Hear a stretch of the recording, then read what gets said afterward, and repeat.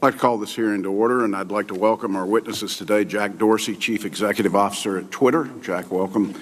And Sheryl Sandberg, Chief Operating Officer at Facebook. I thank both of you for being here with us this morning. Before I make my remarks, I want to say a few words about our colleague, our friend, and committee ex officio member, Senator John McCain. John could be blunt, and he could be direct, but when it came to committing himself to a cause that he believed in, John McCain was without equal. This Senate, this deliberative body with its history and its traditions, will survive the passing of John McCain. But there can be no denying that the place is a little smaller without him. We will continue to do the important work we do here with passion, resolve, and a sense of purpose born from moral conviction. John would want that. In fact, he would insist on it from each of us. My friends, if I can borrow the phrase, Arizona's loss is our loss, and our loss is America's loss. John McCain will be dearly missed, and as you can see, we have set his spot on the dais today. Jack, Sheryl, as the committee, we've learned more about social media over the last 18 months than I suspect most of us ever thought we would in a lifetime. We've learned about social media's boundless potential for good and its ability to enable thoughtful and engaged interactions on a global scale. But we've also learned about how vulnerable social media is to corruption and misuse. The very worst examples of this are absolutely chilling and a threat to our democracy. The founding ideal of different people from different beliefs and ideas all living peacefully under a single flag. The committee takes this issue very seriously, and we appreciate the fact that Facebook and Twitter are represented here this morning with an equivalent and appropriate measure of seriousness. The purpose of today's hearing is to discuss the role that social media plays in the execution of foreign influence operations. In the past, we've used terms like misinformation and divisive content to describe this activity. Now, as we go into our fourth and final hearing on this subject, I think it's important that we be precise and candid with our language, because that's what the significance of this threat demands. We need to be precise about the foreign actors we're talking about. We need to be precise about the consequences of not acting. And we need to be candid about where responsibility for solving this problem lies. 2 weeks ago, your companies announced a series of successful disruptions that resulted in the removal of 652 Facebook pages, groups, and accounts, and 284 Twitter accounts based on their violating your company's standards of coordinated manipulation and inauthentic behavior.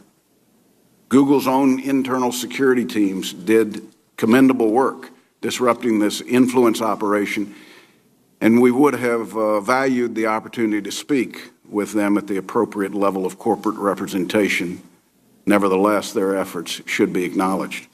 In a departure from what we've all gotten a little accustomed to, this activity didn't come from Russia, it came from Iran. My instinct is to applaud the diligence of your security teams and credit you with taking the problem very seriously. But I'm not sure your success is the big story here. As I understand it, a third-party security team was crucial to identifying the scope of the Iranian activity. And even more concerning is that more foreign countries are now trying to use your products to shape and manipulate American political sentiment as an instrument of statecraft. Jack, I'm pleased when informed about your efforts to improve conversational health at Twitter.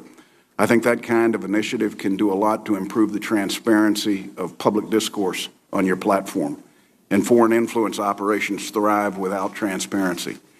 Sheryl, I fully support Facebook's hiring of the right security experts, building the necessary technologies, and collaborating across law enforcement, commercial, cybersecurity, and social media company lines. The observation that no one company can fight this on their own is spot on. Unfortunately, what I described as a national security vulnerability and an unacceptable risk back in November remains unaddressed. That risk and vulnerability was highlighted yet 2 weeks ago. Without questions, positive things are happening. Without question, positive things are happening. The collaboration, dedication, and resources and demonstrated willingness to work with us are critical and valued by every member of this committee.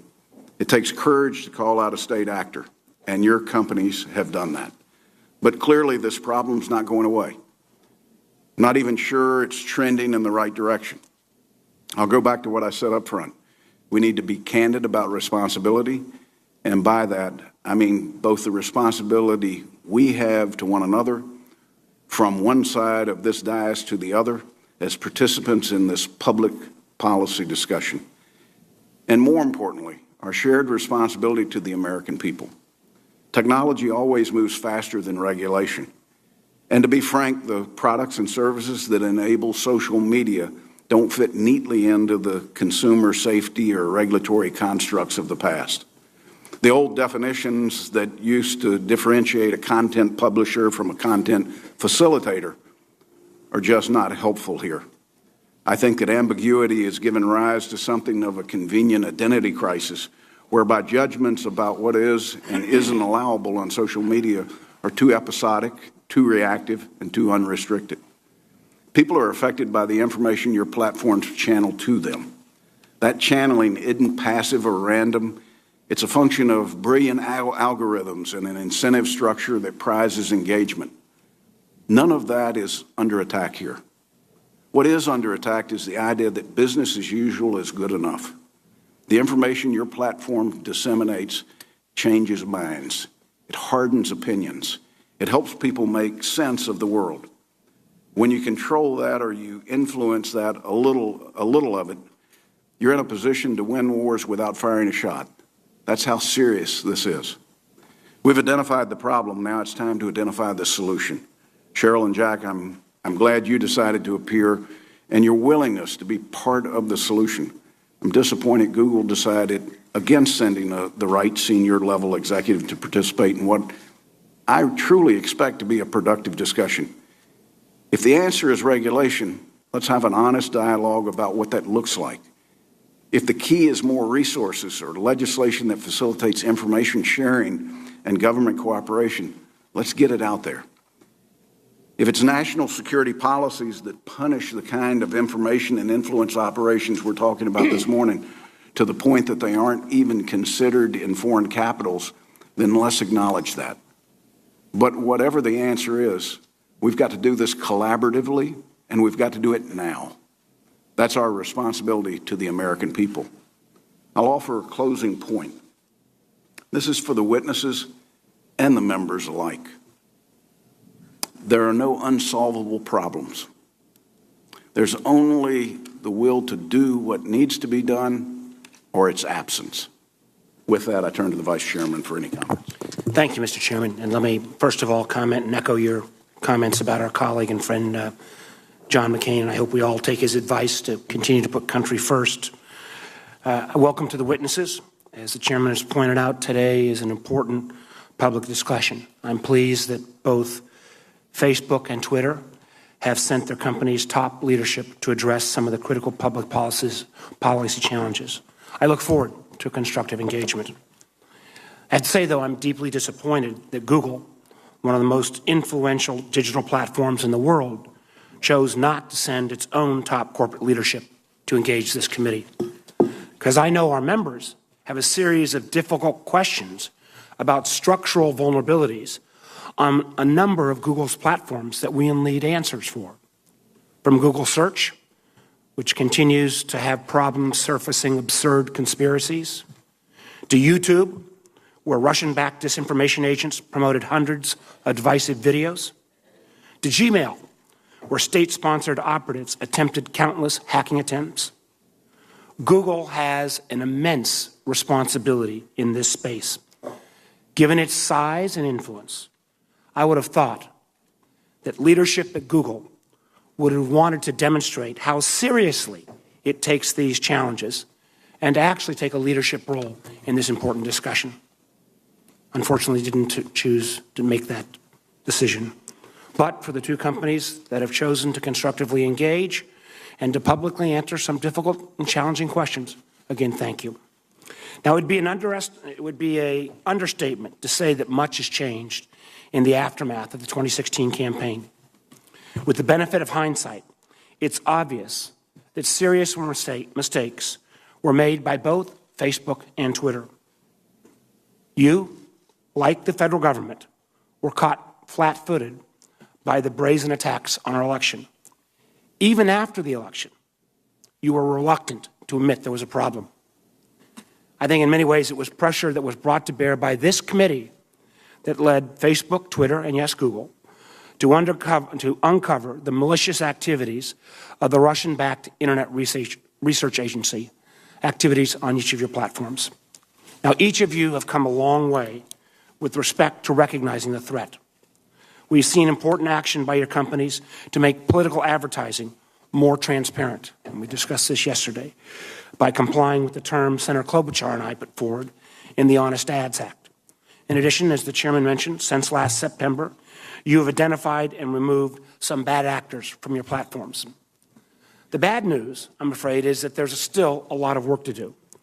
And I'm skeptical that ultimately you'll be able to truly address this challenge on your own. I believe Congress is going to have to act. First, on the disinformation front, Russia has not stopped. Russian-linked information warfare exists today. Just recently, we saw the two of you take action to take down suspected Russian operations.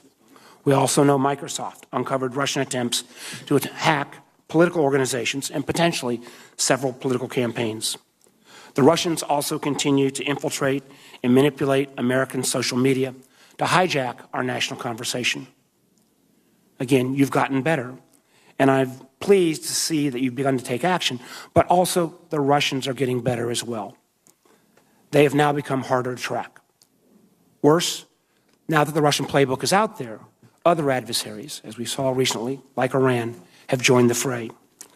But foreign-based disinformation campaigns represent just a fraction of the challenge before you. In the same way that bots, trolls, fake pages, algorithmic gaming can be used to spread fake news, these same tools can be used to assist financial stock pumping fraud, to create filter bubbles and alternative realities, to incite ethnic and racial violence, and countless other misuses. Imagine the challenge and damage to the markets if forged communications from the Fed chairman were leaked online. Or consider the price of a Fortune 500 company's stock if a dishonest short seller was able to spread false information about the company's CEO or the effects of its products rapidly online.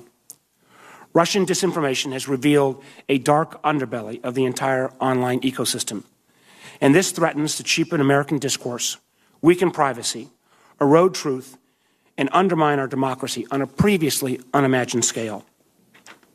Worse, this is only going to get harder as we move into artificial intelligence, use of deep fake technology. During the 2016 election campaign, the Russians demonstrated how bad actors can effectively marry offensive cyber operations, including hacking, with information operations. I'm afraid that we're on the cusp of a new generation of exploitation, potentially harnessing hacked personal information to enable tailored and targeted disinformation in social engineering efforts. That future should concern us all. As someone who was involved in the tech industry for more than 20 years, I respect what this industry represents, and I don't envy the significant technical and policy challenges you face. But the size and reach of your platforms demand that we as policymakers do our job to ensure proper oversight, transparency, and protection for American users and our democratic institutions. The era of the Wild West in social media is coming to an end. Where we go from here, though, is an open question.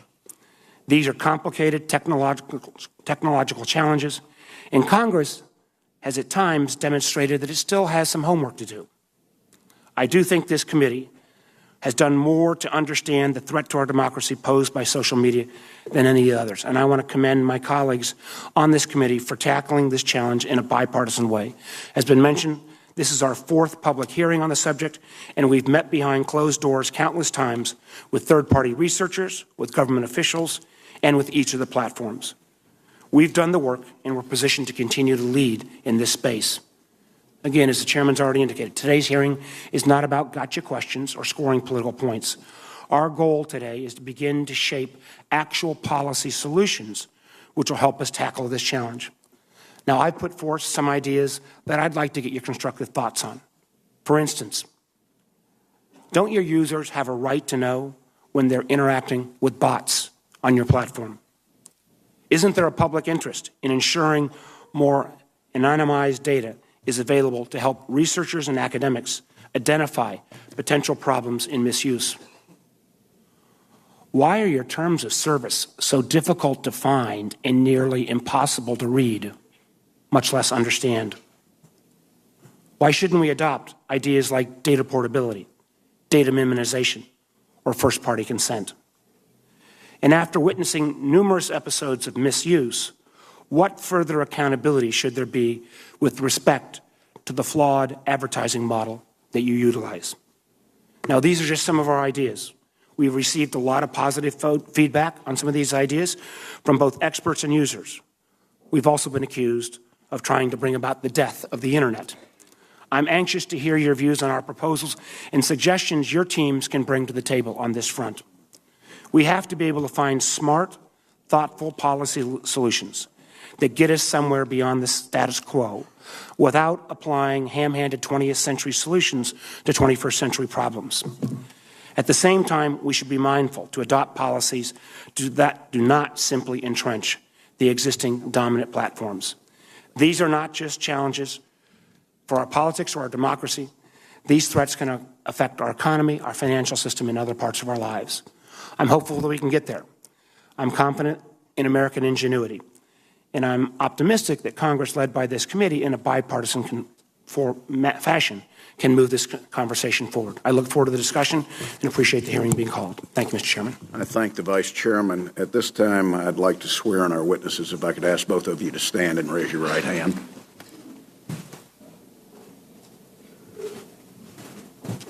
You solemnly swear to give this committee the truth, the full truth, and nothing but the truth. So help you God. Please be seated.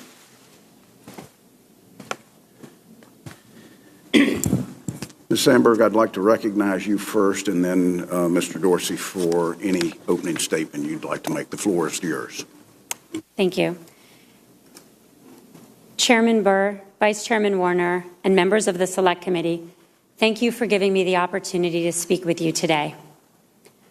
My written testimony goes into more detail about the actions we're taking to prevent election interference on Facebook. But I wanted to start by explaining how seriously we take these issues and talk about some of the steps we're taking. Free and fair elections are the foundation of any democracy. As Americans, they are part of our national identity. And that's why it's incumbent upon all of us to do all we can to protect our democratic process. That includes Facebook. At its best, Facebook plays a positive role in our democracy, enabling representatives to connect with their constituents, reminding people to register and to vote, and giving people a place to freely express their opinions about the issues that matter to them. However, we've also seen what can happen when our service is abused. As a bipartisan report from this committee said, Russia used social media as part of, and I quote, a comprehensive and multifaceted campaign to sow discord, undermine democratic institutions, and interfere in U.S. elections and those of our allies. We were too slow to spot this and too slow to act. That is on us. This interference was completely unacceptable. It violated the values of our company and of the country we love. Actions taken show how determined we are to do everything we can do to stop this from happening. The threat we face is not new. America has always confronted attacks from determined, well-funded opponents who want to undermine our democracy. What is new is the tactics they are using. To stay ahead, we all need to work together. As Chairman Burr said, government, law enforcement, industry, and experts from civil society. And that is why I'm grateful for the work this committee is doing. At Facebook, we're investing in security for the long term. As our defenses improve, bad actors learn and improve too. And that's why security is never a finished job. We have more than doubled the number of people we have working in safety and security, and we now have over 20,000 people, and we are able to view reports in 50 languages 24 hours a day. Better machine learning and artificial intelligence have enabled us to be more proactive in finding abuse.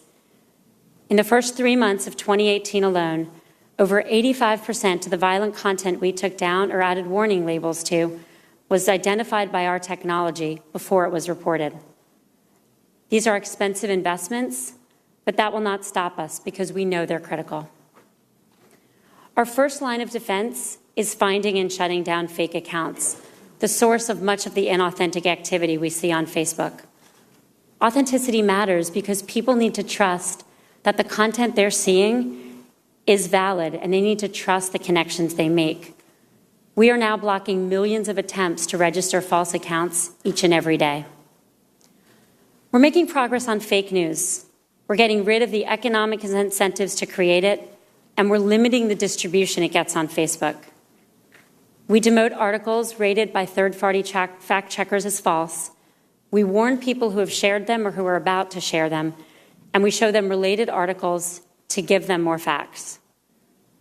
We've also taken strong steps to prevent abuse and increase transparency in advertising.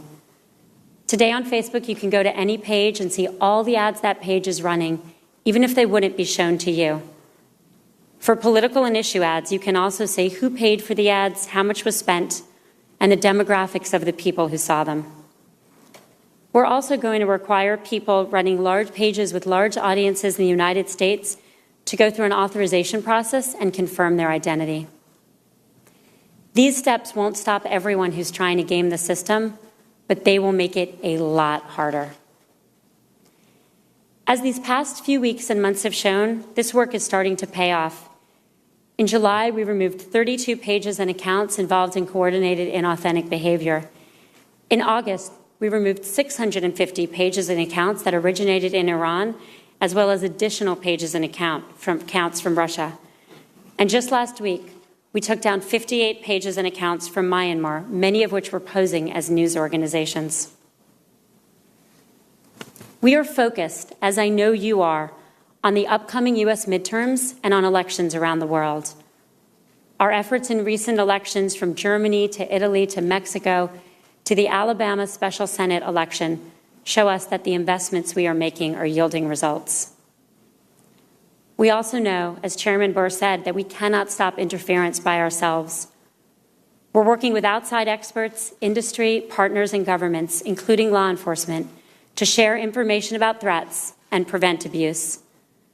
We're getting better at finding and stopping our opponents, from financially motivated troll farms to sophisticated military intelligence operations. We don't have access to the intelligence government have access to, so we don't always know exactly who is behind these attacks or their motives. And that's why we will continue working closely with law enforcement. Chairman Burr, I want to thank you for your leadership. Vice Chairman Warner, I want to thank you for your white paper, which has so many ideas on how we can work together to strengthen our defense. Senators, let me be clear. We are more determined than our opponents, and we will keep fighting. When bad actors try to use our site, we will block them. When content violates our policies, we will take it down. And when our opponents use new techniques, we will share them so we can strengthen our collective efforts. Everyone here today knows that this is an arms race, and that means we need to be ever more vigilant. As Chairman Burr has noted, nothing less than the integrity of our democratic institutions, processes, and ideals is at stake. We agree, and we will work with all of you to meet this challenge. Thank you. Thank you, Ms. Sandberg. Ms. Dorsey, the floor is yours. Thank you, Chairman Burr. I have to turn the mic on. Thank you, Chairman Burr, Vice Chairman Warner, and the committee for the opportunity to speak on behalf of Twitter to the American people. I look forward to our conversation about the work we're doing to help protect the integrity of U.S. elections and elections around the world. I'm someone of very few words and typically pretty shy, and I realize how important it is to speak up now. If it's okay with all of you, I'd like to read you something I personally wrote as I considered these issues. I'm also going to tweet this out now. First, I want to step back and share our view of Twitter's role in the world. We believe many people use Twitter as a digital public square. They gather from all around the world to see what's happening and have a conversation about what they see. In any public space, you'll find inspired ideas and you'll find lies and deception. People who want to help others and unify, and people who want to hurt others and themselves and divide. What separates a physical and digital public space is greater accessibility and velocity. We're extremely proud of helping to increase the accessibility and velocity of a simple, free, and open exchange. We believe people will learn faster by being exposed to a wide range of opinions and ideas, and it helps make our nation and the world feel a little bit smaller. We are proud of how that free and open exchange has been weaponized and used to distract and divide people and our nation. We found ourselves unprepared and ill-equipped for the immensity of the problems that we've acknowledged. Abuse, harassment, troll armies, propaganda through bots and human coordination, misinformation campaigns, and divisive filter bubbles. That's not a healthy public square. Worse, a relatively small number of bad faith actors were able to game Twitter to have an outsized impact. Our interests are aligned with the American people and this committee. If we don't find scalable solutions to the problems we're now seeing, we lose our business and we continue to threaten the original privilege and liberty we were given to create Twitter in the first place. We weren't expecting any of this when we created Twitter over 12 years ago. We acknowledge the real-world negative consequences of what happened, and we take the full responsibility to fix it. We can't do this alone, and that's why this conversation is important and why I'm here. We've made significant progress recently on tactical solutions, like identification of many forms of manipulation intending to artificially amplify information, more transparency around who buys ads and how they are targeted, and challenging suspicious logins and account creation. We've seen positive results from our work. We're now removing over 200% more accounts for violating our policies. We're identifying and challenging 8 to 10 million suspicious accounts every week. And we're thwarting over 500,000 accounts from logging in to Twitter every single day. We've learned from 2016, and more recently from other nations' elections, how to protect the integrity of elections. Better tools, stronger policy, and new partnerships are already in place. We intend to understand the efficacy of these measures to continue to get better. But we all have to think a lot bigger, and decades past today. We must ask the question, what is Twitter incentivizing people to do or not do, and why? The answers will lead to tectonic shifts in Twitter and our industry operates. Required changes won't be fast or easy. Today, we're committing to the people and this committee to do that work and do it openly. We're here to contribute to a healthy public square, not compete to have the only one. We know that's the only way our business thrives and helps us all defend against these new threats. In closing, when I think of my work, I think of my mom and dad in St. Louis, a Democrat and a Republican. For them, Twitter has always been a source of joy, a source of learning, and a source of connection to something bigger than themselves. They're proud of me, proud of Twitter, and proud of what made it all possible. What made it possible was the fact that I was born into a nation built by the people for the benefit of the people, where I could work hard to make something happen which was bigger than me. I treasure that and will do everything in my power to protect it from harm. Thank you. Jack, thank you very much for that testimony, and I might add that the Vice Chairman and I commented, as you grow older, you will find a need for a bigger device to go to your notes on than that small one. We have a hard time with the small pieces. For members, we will do 7-minute question rounds today. For planning purposes, we will break at approximately 10:45 for 5 minutes, just to let our witnesses stretch and take a breath. And we will limit today's hearing to 1 round. We'll try to accommodate any members that might be caught in the Judiciary Committee but want to try to get back. But I know that they've got their own challenges. With that, I would recognize myself for 7 minutes. This question is to both of you.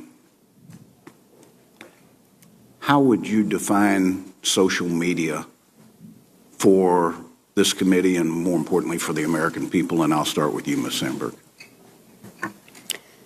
Social media enables you to share what you want to share when you want to share it without asking permission from anyone. And that's how we meet our mission, which is giving people a voice. And I think what's more important than just the content people share is the connections they make. Social media enables people to celebrate their birthdays. In the last year, people have raised $300 million on Facebook on birthday funders for nonprofits. Safety check. Millions of people in the worst circumstances of their lives have let their loved ones know they're safe. And small businesses to grow. All around the country, I meet with small businesses, from a woman making dresses in her living room and selling them on Instagram to a local plumber who are able to find their customers on Facebook and then able to grow and hire people and live their American dream. Jack? I believe it's really important to understand how the people see it. And we believe that the people use Twitter as they would a public square. And they often have the same expectations that they would have of any public space. For our part, we see our platform as hosting and serving conversations. Those conversations are in the public. We think there's a lot of benefit to those conversations being in the public, but there's obviously a lot of risks as well. We see that news and entertainment are actually byproducts of public conversation. And we see our role as helping to not only serve that public conversation so that everyone can benefit, even if they don't have a Twitter account, but also to increase the health of that conversation as well. And in order to do that, we need to be able to measure it. We need to understand what healthy participation looks like in a public square, and we need to amplify that. And more importantly, we need to question a lot of the fundamentals that we started with 12 years ago in the form of incentives. When people use our product every single day, when they open our app up, what are we incentivizing them to do? Not telling them what to do, but what are we actually incentivizing them to do? And that certainly speaks to the buttons that we have in our service, all the way to our business model. Sandberg, this question is for you. One root problem that we see is that users don't truly understand the types of data that are being collected on and off your platform. How is that data shared with advertisers or others to deliver targeted advertising, and what vetting, if any, do you do on targeted advertising to prevent hostile actors from targeting your users for their products? Senator, it's a really important question because it goes to the heart of our service. We sell ads, and we use information that people share with us or share with third-party sites to make those ads relevant to them. But privacy and advertising are not at odds. In fact, they go together. When people share information with us, we do not give it to advertisers without their permission. We never sell data, and they have control over the information we use. Again, for both of you, and I'll start with you, Mr. Dorsey. What's your company's ability to collaborate with other social media companies in this space? We have a real openness to this, and we have established a more regular cadence with our industry peers. We do believe that we have an opportunity to not only create more transparency with an eye towards more accountability, but also a more open way of working, in a way of working that, for instance, allows for a review period by the public on how we think about our policies.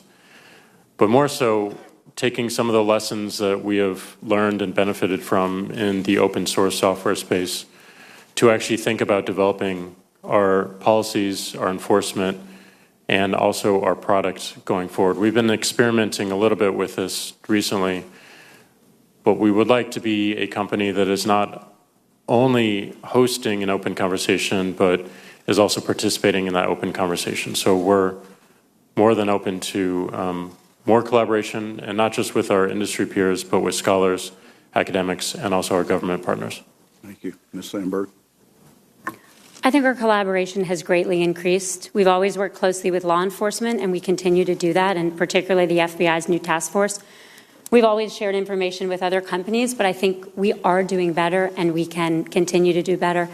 Mr. Chairman, you noted in your opening remarks that some of the tips we got came from a private security firm. In our mind, that's the system working. Our opponents are very well funded, they are very organized, and we are going to get those tips from law enforcement, from each other, from private firms. And the faster we can collaborate, the faster we share those tips with each other, the stronger our collective defenses will be. Last question from the chair for, again, both of you, and I'll go in reverse. You first, Ms. Sandberg. If a foreign influence campaign is detected on your platforms, is there a defined process by which other platforms are alerted to the campaign that you've discovered? So our security teams have been in close contact. And so right now, when we find something, we are reaching out to our companies, other companies to do it, and working more closely together. We've been talking about how I think there's still room for improvement there. I think we can do more to formalize the process. We've had a series of meetings, and I think we're going to continue to work, and we can do better. Ms. Dorsey? This is not something we want to compete on.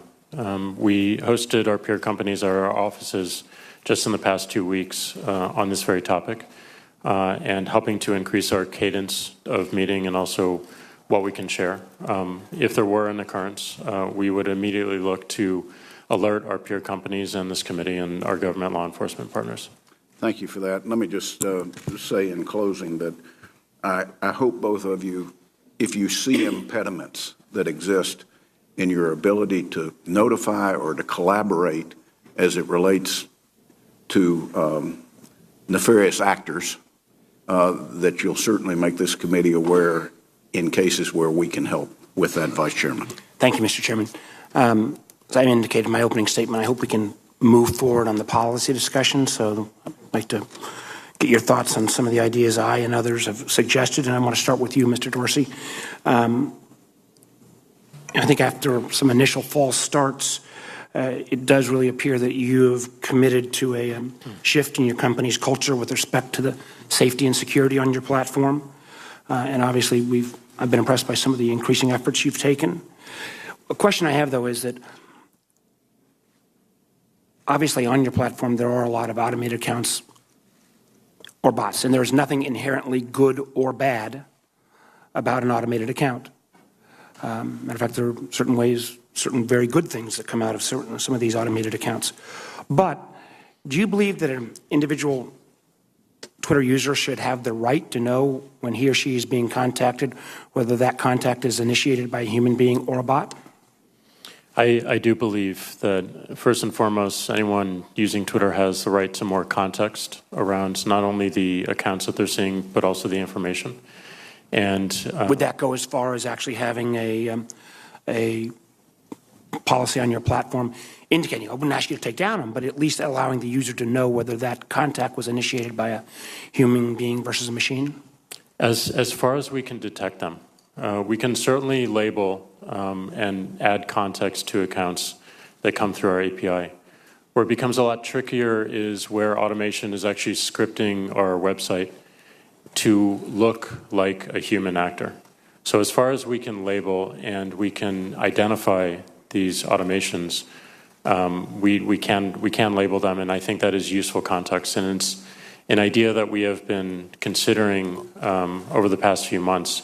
It's really a question of the implementation, but we are interested in it, and we are going to do something along those lines. It's not going to solve the problem, but I do think giving that indication to users would allow them to then perhaps make a little more judgment. Because we had, for example, back in early August, we had a panel of experts, and they were saying that that some of the content, in terms of political content, I'm not talking about total tweets, but total political content was 25 to 30 to 1 on the far left and far right, generated by either foreign actors or automated accounts.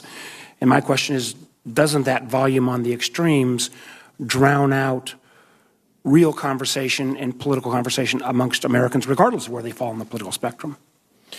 It does in the shared areas of Twitter. So there's two main categories of usage in Twitter. One is the people you follow, and those tweets end up in your timeline.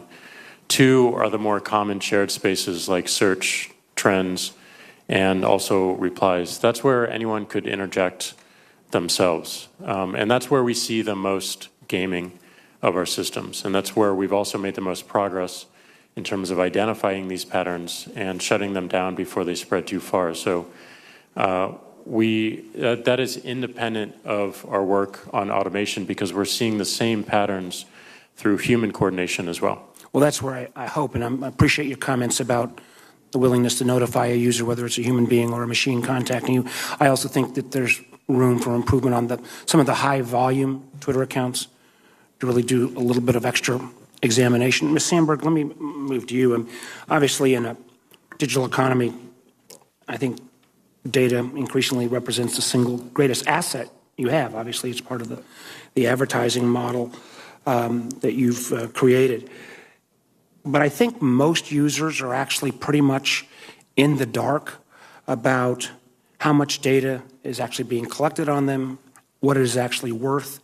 And I think, as we've seen from other fields like healthcare, the fact that we have such a lack of price transparency really makes healthcare reform really challenging. I think some of that lack of price transparency and value within social media also exists. So I'd like to first of all ask, does a Facebook user have a right to know what information you are collecting about that user?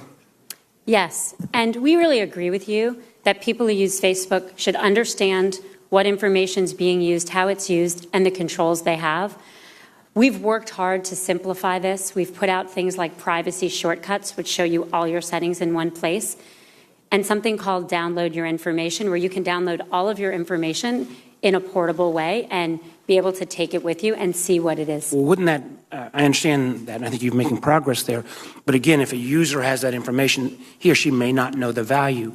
Wouldn't it be actually helpful to your user to actually be able to then put some valuation on the data you're collecting from the user and publish that in a way so that people actually know what their information is worth?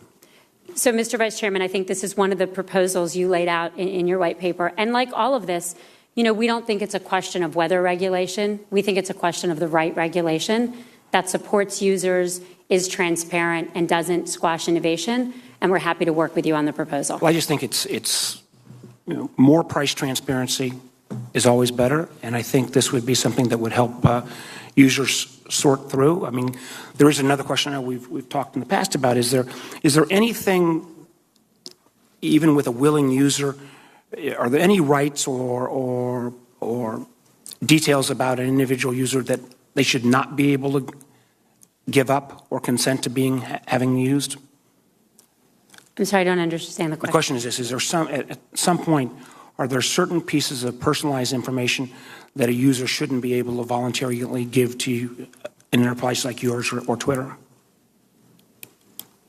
I think there are, and I think there are many ways users have control over what they do. I also think there are probably corner cases of law enforcement holds or security matters where information is critically important. I just wonder whether, just the question of whether you can consent away all of your rights ought to be something we ought to have a discussion. I only got a few more seconds. Let me just, Sandberg, you made mention in your opening testimony the fact that sometimes political actors are using the platforms really to incent violence. I mean, I think you made at least some mention of Myanmar. We've obviously seen a great tragedy take place there where hundreds of thousands of Rohingya Muslims are fleeing, and in many ways the UN High Commissioner has said that fake accounts on Facebook has incented that violence. I mean, do you believe that Facebook has both a moral obligation and potentially even a legal obligation to take down accounts that are actually incentivizing violence? I strongly believe that. In the case of what's happened in Myanmar, it's devastating. And we're taking aggressive steps, and we know we need to do more. Probably the most important thing we've done is ramped up our ability to review reports in Burmese. Well, I appreciate your comment that that Facebook would have both a moral and legal obligation. So sorting through what that would look like, so that if there were other platforms that weren't being as responsible, there ought to be some sanction. So I look forward to working with you on that issue as well. Thank you, Mr. Chairman. Senator Risch. Thank you. Thank you both for being here today. This is, I think, the third hearing we've held over the last year or so, fourth. Chairman says the fourth, that we've had on this issue. And I think the problem's really well laid out. We've spent hours and hours and hours talking about this and what the issues are and what the problems. I'm still not hearing what very specifically how we're getting after this. I know there's some things being done. I tend to agree with you that no matter what's done, as long as these platforms are there, there's going to be people finding their way into it to do bad things. And obviously, everybody wants to get that reduced as much as possible. And I'm glad to hear that you and the entire industry are trying to do something about this. The entity up here that I serve in, there are lots of people that would love to help you run your organizations through what we call the regulatory process. I hope that isn't all of them, obviously, and hopefully it isn't even a majority of them. But there will be, and you've already seen efforts in that regard. But you're going to have to do things yourselves to try to get around this so that we don't have the horrible things happen that spawn that type of regulation. So I want to drill down a little bit. Who in each of your companies, who sets the standards or the description of what a coordinated manipulation or inauthentic behavior is? What entity do you have in each of your companies who make these determinations? Ms. Sandberg, if we start with you. Our policy team is setting those, and our security team is finding them. And coordinated inauthentic behavior means behavior on our site that's inauthentic, so people are not representing themselves to be who they are to be. And coordinated means they are coordinating it. And they can be coordinating with authentic actors and coordinating with inauthentic actors. Both are unacceptable. When the team is sitting there meeting, is there generally unanimity amongst them on something? A fact situation comes in front of them. Is this something that is easy to recognize? People are unanimous about it, or do you wind up with debates as to whether or not a certain platform should be shut down? I think on a lot of issues we face, like hate speech, there's broad debate. When it comes to what is an inauthentic actor, which is a fake account posing as someone, they're hard to find, but once we find them, we know what they are. And what about the chairman referred to standards in his opening statement? Who sets these standards? Same committee? The same group of people. And are they published so that a user can look at that and see what well, give me some examples of standards that are unacceptable. In the coordinated inauthentic behavior or in general? In general. Yeah, so we publish our community standards comprehensively. And what that does is define what's permitted on Facebook and what's not permitted on Facebook. So some examples are bullying is not permitted, hate is not permitted, language that leads to violence is not permitted. And this is published in detail publicly. Mr. Dorsey, where is your company on these things? So we have a team called Trust and Safety who is responsible for designing and writing these policies. That reports up to our lead of legal and safety and our compliance teams, which reports directly to me. I'd like to ask both of you, one of the things this committee wrestles with frequently when it comes to privacy issues and those kinds of things is the difference between a U.S. citizen and a non-U.S. citizen. And under U.S. law, they can be treated differently under different circumstances. Do your companies make any distinction between a U.S. citizen versus a non-U.S. citizen? And I guess now I'm more focusing in on the kind of behavior we saw where elections are attempted to be manipulated and that sort of thing. Is there, Ms. Sandberg, start with you. Does your company make a distinction as they're weighing the activity of certain actors? So for political and issue ads, we are now going through a verification process, and in order to run those in the United States, people have to verify that they are legally able to do that. So that's one area where we would distinguish. And what does that mean, legally able to do that? If a citizen of another country, any other country, decides they want to say something about a U.S. election, are they disqualified from doing that with your company? In the free content, so what their posts are to their friends and family or publicly, people are allowed to talk about any issues in any country as long as they're not crossing over into the areas we discussed that aren't allowed, like hate and bullying. In advertising in U.S. elections, you have to be a U.S. citizen. Mr. Dorsey? We have very similar policies, and we do segment them by advertising and also the more organic social creation of content as well. We don't always have an understanding of where an account is located. We have to infer this oftentimes. And this is where we do get a lot of help from our law enforcement partners, is not only to understand where some of these threats are coming from, but also the intent. And the faster that we get that information, the faster that we can act. One of the concerns that I have, and I appreciate that explanation, but what we've seen on this committee and actually seen in other contexts is that in today's world it is so easy to either employ or even impersonate a U.S. citizen to do something in a given context. Do you have difficulties in that regard? Well, finding inauthentic behavior is a challenge, and I think you're seeing us put real resources to bear. This is why we're investing so heavily in people and technology. This is why we're investing in programs like verification. I think the other step we're taking here is around transparency. So being able to see if people bought political ads, where they're located, being able to see who's running a page. These are steps we think are really important for helping us find what, to your point, can be very difficult things to find. Mr. Dorsey, briefly.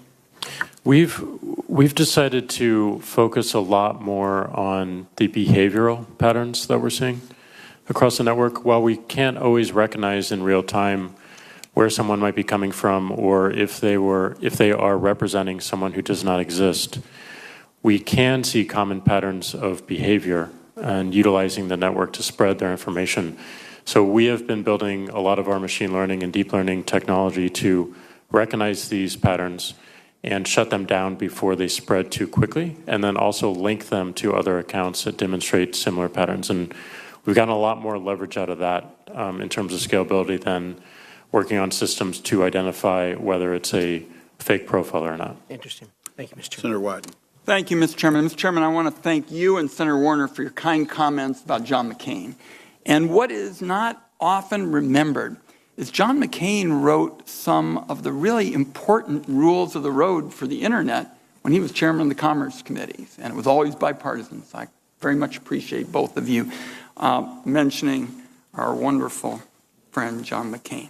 And Ms. Sandberg, Ms. Dorsey, welcome, and I've enjoyed visiting with you. And let me go right to the question that is foremost on my mind, and that is consumer privacy as a national security issue.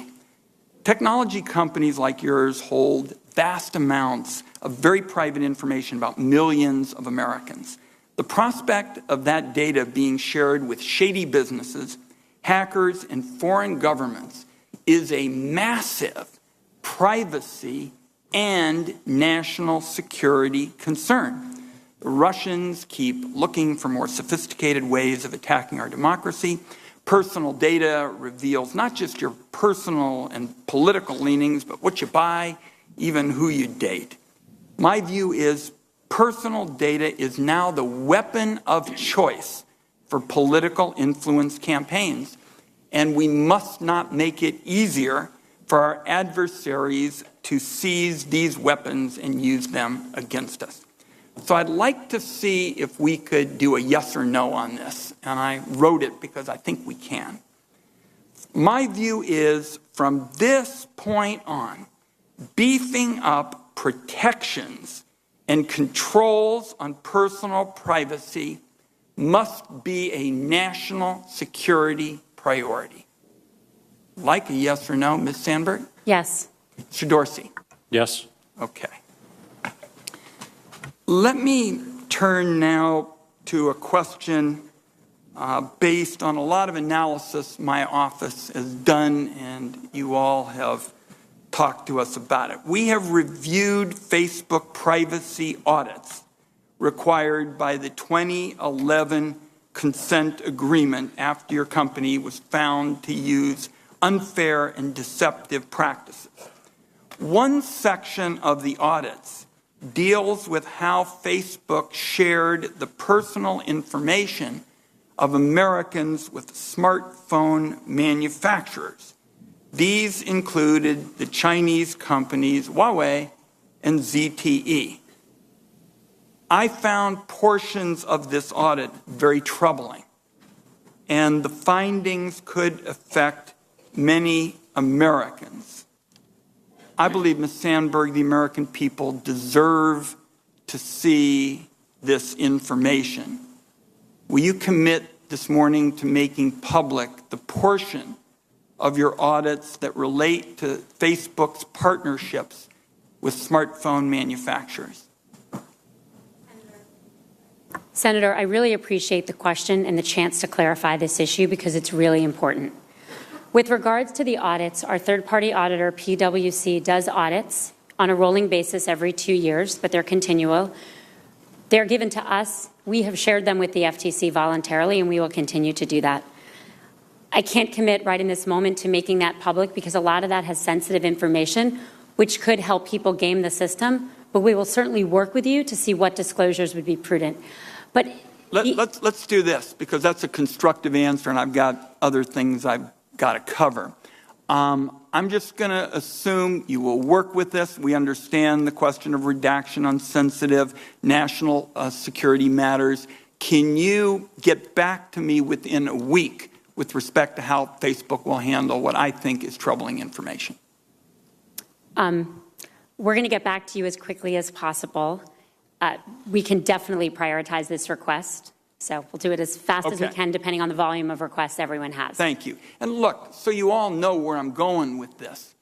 To me, protecting data privacy has to be a higher tier issue in terms of national security. It's going to be the foundation of the legislation that I've talked to both of you about it. So that's why I feel strongly, and I think your answer is constructive, and hope we can get that quickly.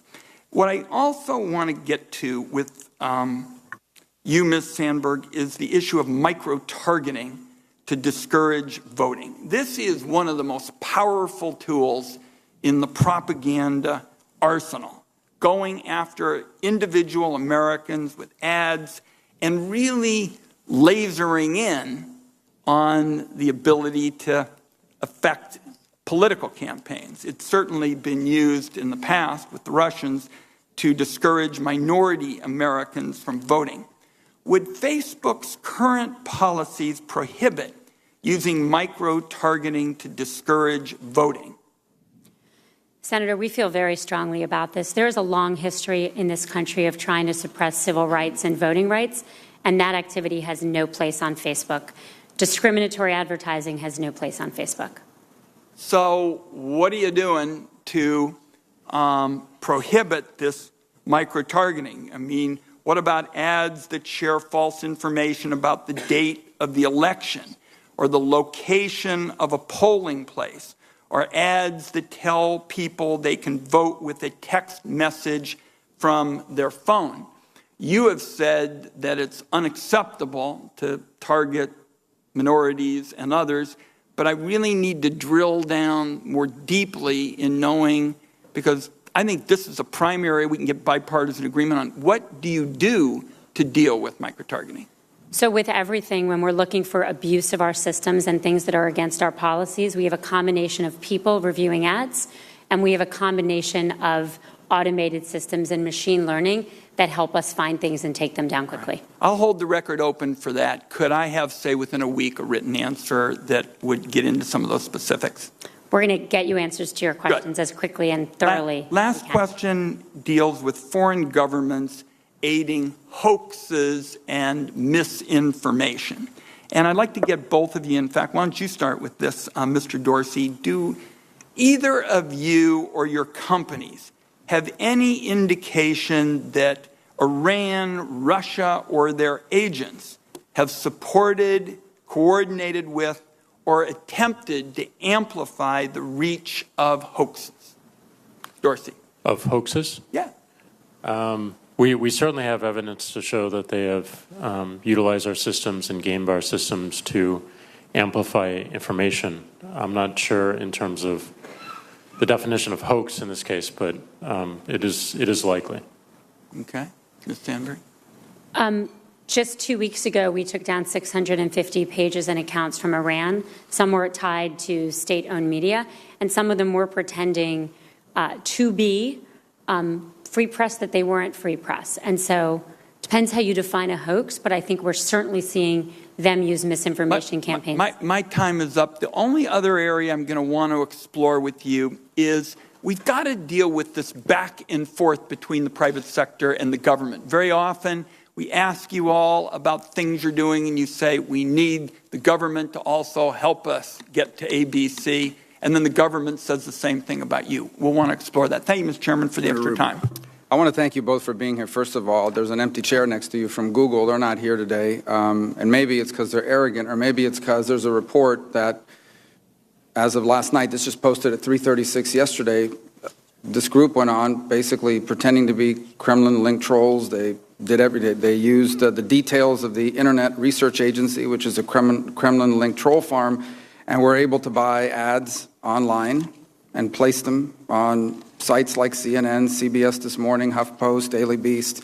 So I'm sure they don't want to be here to answer these questions. But I thank you both for being here. I was happy to read in your opening statements, Ms. Sandberg, that you talk about our democracy, our democratic process. You acknowledge responsibility for protecting our process. And you talked about our adversaries, clearly linking the company to the values and the importance of this country, and I think an acknowledgement that your company would not exist were it not for in the United States because of the freedoms that we have. Twitter didn't go as far, but you did, describing yourself as a global town square, but you did say that you want to support free and open democratic debate. You did refer to our democracy. And you did say that Twitter was built on the core tenet of freedom of expression, which is a very important core tenet. Here's why this is relevant, because we're here today because we've learned the hard way that social media that was largely seen as a tool for incredible good, also what makes it good can be manipulated by bad actors to do harm. And that's what's happened. We've all learned that the hard way. And so what we're asking you to do, and I think what you've agreed to do, is to use the powers that you have within your platforms to crack down on certain users who are hostile actors, who are using disinformation or misinformation or hate speech for the purposes of sowing discord or interfering in our internal affairs. And that's a positive. Here's the problem, though, and we have to start thinking about what happens when an authoritarian regime asks you to do that, because their definition of disinformation or misinformation could actually be the truth. Their discord, or what they define as discord, would be things like defending human rights. Interfering in their internal affairs, they would define as advocating for democracy. And the reason why I think that answering that question is so important is because it's going to define what your companies are. Are your companies really built on these core values? Or are they global companies, like all these other companies that come around here, who see their number one obligation to make money and therefore market access irrespective of what the price they have to pay to do so? So, for example, in 2016, the New York Times reported that Facebook was working on a program to restrict stories from showing up in news feeds based on the user's geography. The story implies, and I know that hasn't been implemented, but it implies that that was being used in order to potentially try to get back into China. But any authoritarian government could try to use that tool. Vietnam, by the way, where you do operate, has a new law beginning on 2019, January 1st, that will require you to store user data inside the country and hand over that data to the government of users suspected of anti-state activity, including spreading news that may impede, annoy, or hurt the economy. For example, democracy activists. Twitter has a policy of accommodating countries that have different ideas about the contours of freedom of expression by selectively blocking tweets and accounts. For example, one of the countries you comply with is Pakistan, has asked you to block sites for blasphemy. The blasphemy, 647 cases of blasphemy over a 10-year period from 86 to 2007. 50% of those, 50% of those cases were on non-Muslim Pakistanis. In a country, 3% non-Muslim. One high-profile case is Asia Bibi, who has been sentenced to death after a personal dispute over drinking water with a group of women. They accused her of insulting the Prophet. She's arrested, imprisoned, sentenced to death. Not relevant to Twitter, but relevant to the blasphemy laws that Pakistan has asked you to comply with. Turkey has requested that you block over 12,000 accounts since 2014. You've blocked over 700. Many of them are journalists. One of them is an NBA player, Enes Kanter. Russia blocked almost 80 accounts as of last check. You complied with that. One of them was a pro-Ukrainian account in 2014. And so here's why all this is relevant. I guess the first question for Facebook is, how would these principles of our democracy, do you support them only in the United States, or are these principles that you feel obligated to support around the world? We support these principles around the world. You mentioned Vietnam. We do not have servers in Vietnam, and with very minor exceptions of imminent threats that were happening, we've never turned over information to the Vietnamese government, including political information. And you never will? We would not. You would not agree to do so in order to operate? We would only operate in a country when we can do so in keeping with our values. Right. And that would apply to China as well? That would apply to China as well. Thank you. And on Twitter, how does blocking the account of journalists or an NBA player in keeping with a core tenet of freedom of expression? Well, we enacted a policy some time ago to allow for per-country content takedown, meaning that within the boundaries of that nation, the content would not be able to be seen, but the rest of the world can see it. And that's important because the world can still have a conversation around what's happening in a market like Turkey. And also, we have evidence to show that a lot of citizens within Turkey access that content through proxies and whatnot as well. So we do believe, and we have fought the government, the Turkish government, consistently around their request, and oftentimes won. Not in every case, but oftentimes have made some moves. So we would like to fight for every single person being able to speak freely and to see everything, but we have to realize that it's going to take some bridges to get there. Well, because a Twitter spokesman, in response to the BuzzFeed article, I think about 2 years ago, here's the quote defending this policy. Said, many countries, including the United States, have laws that may apply to tweets and or Twitter account content. And then you went on to say what you said in our continuing efforts to make services available to users everywhere, et cetera. You would agree that there's no moral equivalency between what we're asking you to do here and what Turkey has asked you to do or other countries have asked you to do in that same realm.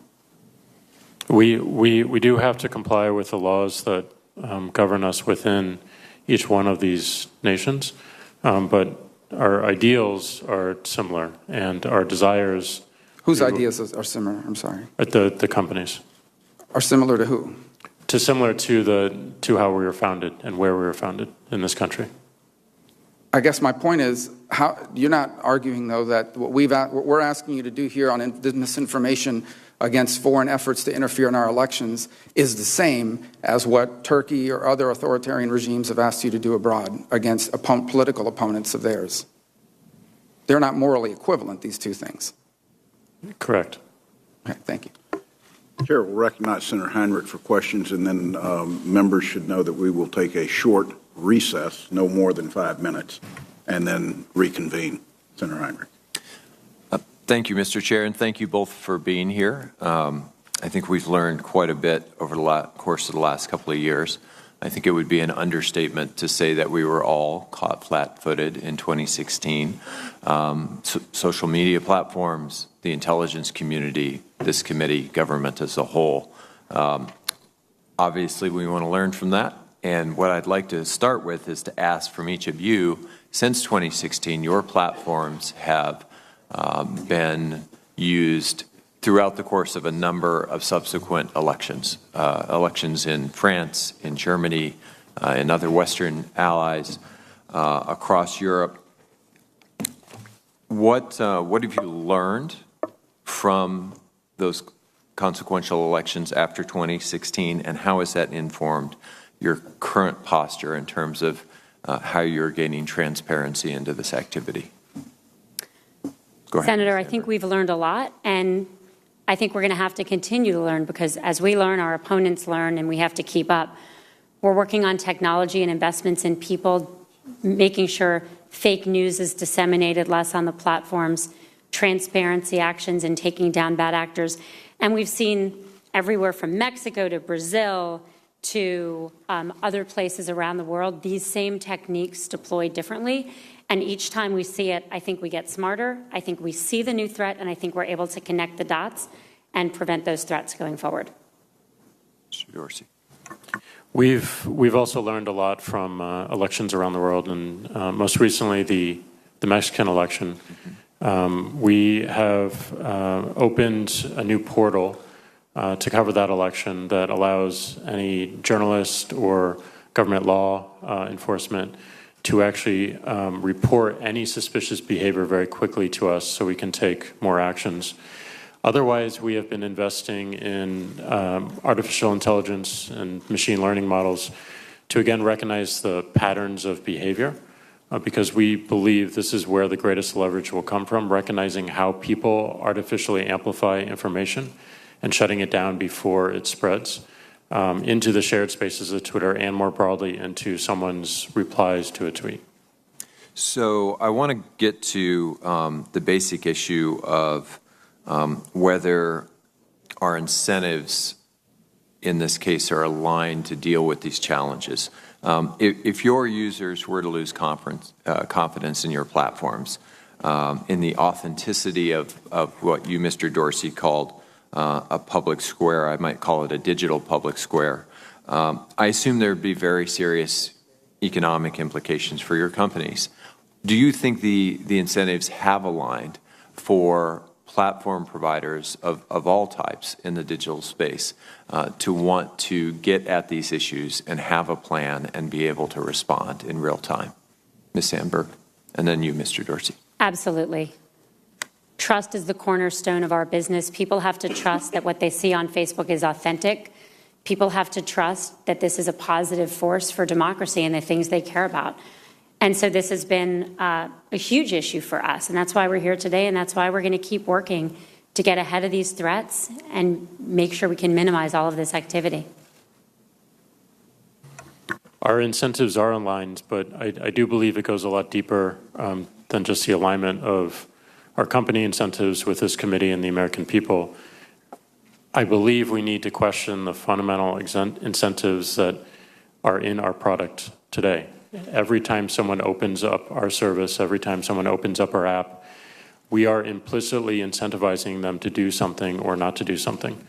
And that extends all the way to our business. And those answers that we get from asking that question are going to create massive shifts in how Twitter operates, and I also believe how our industry operates. So what worked 12 years ago does not work today. It hasn't evolved fast enough, but I think it's a layer, many layers deeper than these surface symptoms that we often find ourselves discussing. Ms. Sandberg, you mentioned a number of things that that would violate your standards, for example, hate speech, advocacy of violence. What about when we're dealing with real people, authentic users, intentionally spreading false information? And obviously there are huge free speech implications there. But for example, what if a real person, a U.S. citizen, says that victims of a mass shootings were actually actors, for example? Would that violate your standards? And if the answer is no, how should we, and by we I mean government and industry, deal with those very real challenges? Well, let me start by saying I find claims like that personally unbelievably upsetting. If you've been a victim or a parent of a victim, they deserve our full support. And finding the line between what is hate speech and what is misinformation is very, very difficult, especially if you're dedicated to expressing free expression. And sometimes free expression is expressing things you strongly disagree with. In the case of misinformation, what we do is we refer it to third-party fact checkers. We don't think we should be the arbiter of what's true and what's false, and we think that's really important. Third-party fact checkers then mark it as false. If it's marked as false, we dramatically decrease the distribution on our site. We warn you if you're about to share it. We warn you if you have shared it. And importantly, we show related articles next to that so people can see alternative facts. The fundamental view is that bad speech can often be countered by good speech. And if someone says something's not true and they say it incorrectly, someone else has the opportunity to say, actually, you're wrong, this is true. And that's what we're working on through our systems. I think one of the things we found in 2016 is that we didn't have the transparency and the literacy to do what you just pointed out there, to counter false speech with accurate speech, to understand how the speech was propagating in the digital public space. What more do you think we should be doing to simply make the public more literate about the fact that this information warfare is very real? It's going on all the time. It's not fake news. It's not a hoax.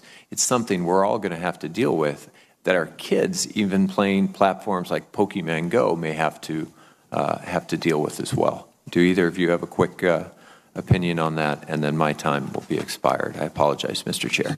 I believe we need to point to where we see healthy participation and clearly mark what is healthy and what is unhealthy.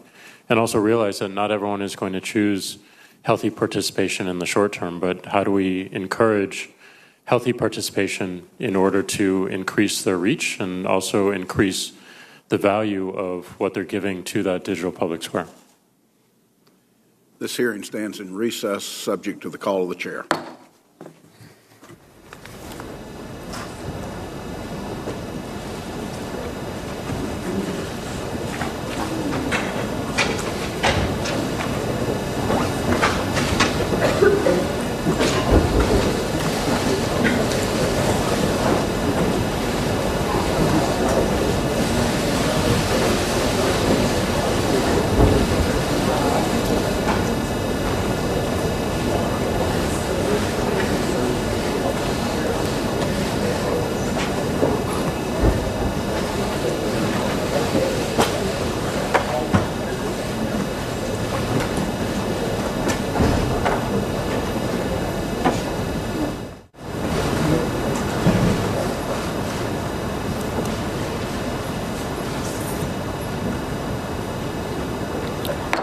I'd like to call the hearing back to order. Chair would recognize Senator Collins for questions. Thank you, Mr. Chairman.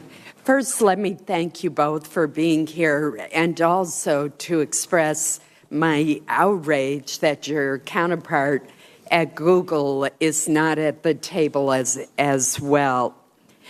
Mr. Dorsey, as of January of this year, Twitter has taken down more than 3,800 Russian IRA accounts that by Twitter's own estimate reached approximately 1.4 million people.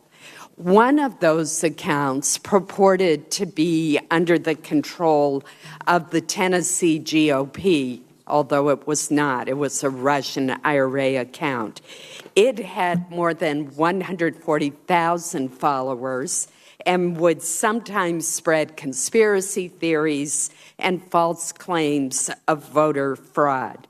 My question to you is, once you have taken down accounts that are linked to Russia, these imposter accounts, what do you do to notify the followers of those accounts that they have been following or engaged in accounts that originated in Russia and are not what they appear to be?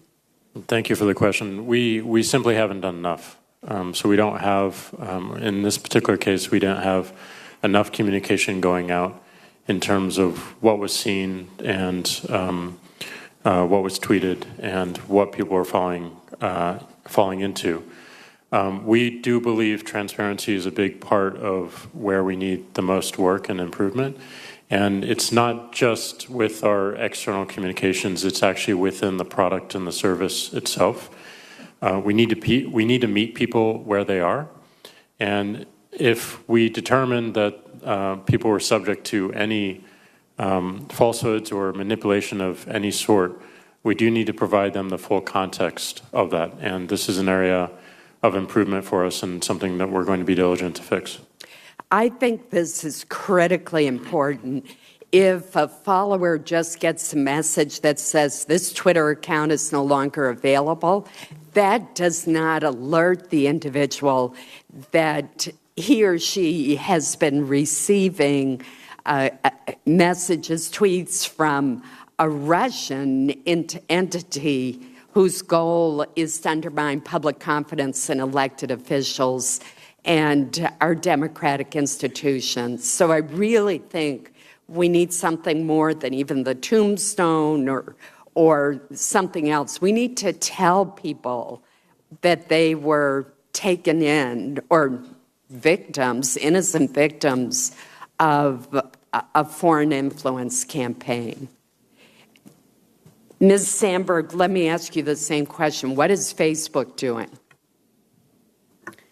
We agree with you that people need to know. So we've been discussing these publicly, as well as in specific cases notifying people. So we notified people directly if they had liked or had liked the original IRA accounts. Most recently, when there was an event that was going to be happening in Washington, that inauthentic accounts, we notified all the people who either RSVP'd to that event or who said they were interested in possibly going to that event. Thank you. That was the Unite to Defeat the Right or something like that, as I recall. Mr. Dorsey, back to you.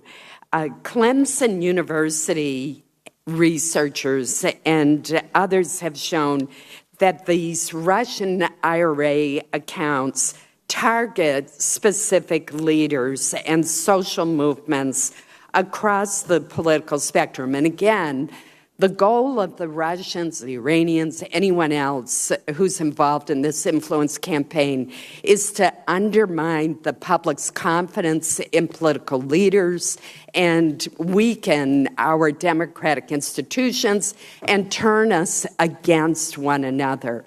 Well, I learned not from Twitter, but from Clemson University that I was one of those targeted leaders and that there were 279 Russian-generated tweets that targeted me that had gone to as many as 363,000 followers. So why doesn't Twitter notify individuals like me that we have been targeted by foreign adversaries? I shouldn't find out from looking at Clemson University's database and working with their researchers. It seems to me that once you determine that, you should notify the people who are the targets. I agree. It's unacceptable. And we, as I said earlier, we want to find ways to work more openly. Not just with our peer companies, but with researchers and universities and also law enforcement.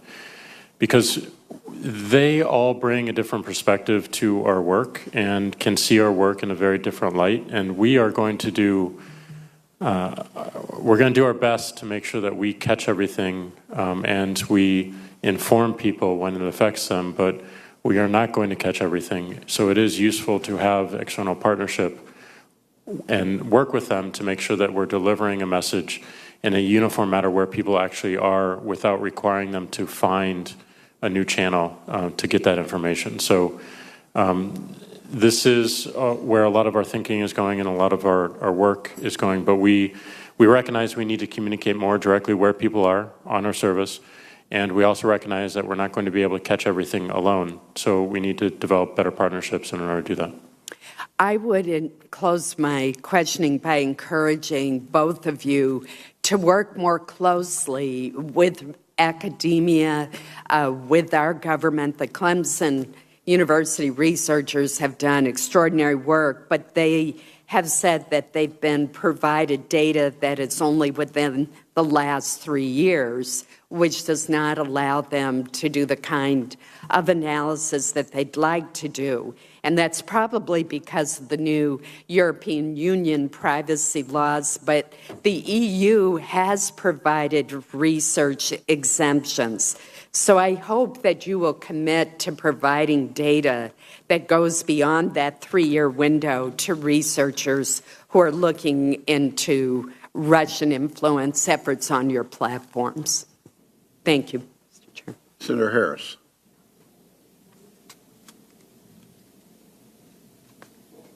Thank you, Mr. Chairman, for accommodating me. And I'm in another hearing, as you know. Good morning, and to the invisible witness, good morning to you. So I have a few questions for Ms. Sandberg. On November 2nd, 2017, your company's general counsel testified in front of this Intelligence Committee on Russian interference, and I asked a few questions. I asked, how much money did you make, and this is of the representative from both Facebook and Twitter, both of your general counsels were here. And I asked, how much money did you make from legitimate advertising that ran alongside the Russian propaganda? The Twitter general counsel said, quote, we haven't done the analysis, but we'll follow up with you and work on that. And the Facebook general counsel said the same is true for Facebook. Again, I asked Facebook CEO Mark Zuckerberg on April 10th, 2018, and he said the, quote, Internet Research Agency, the Russian firm, ran about $100,000 worth of ads. Following the hearing, I asked Facebook the same question in writing. And on June 8th, 2018, we received a response that said, quote, we believe the annual revenue that is attributable to inauthentic or false accounts is immaterial. So my question is, what did you mean by immaterial? Because I'm a bit confused about the use of that term in this context. So thank you for the question. So again, we believe the total of the ad spending that we have found is about $100,000. And so the question you're asking is, with the inorganic content, I believe, what is the possible revenue we could have made? So here's the best way I can think of to estimate that, which is that we believe between 2015 and 2017, up to 150 million people may have seen the IRA ads or organic content in our service. And the way our service works is ads don't run attached to any specific piece of content, but they're scattered throughout the content. This is equivalent to 0.004% of content in newsfeed, and that was why they would say it was immaterial to our earnings. But I really want to say that from our point of view, Senator Harris, any amount is too much. But if I may, just so I'm clear about your response, so are you saying that then the revenue generated was 0.004% of your annual revenue? Because, of course, that would not be immaterial.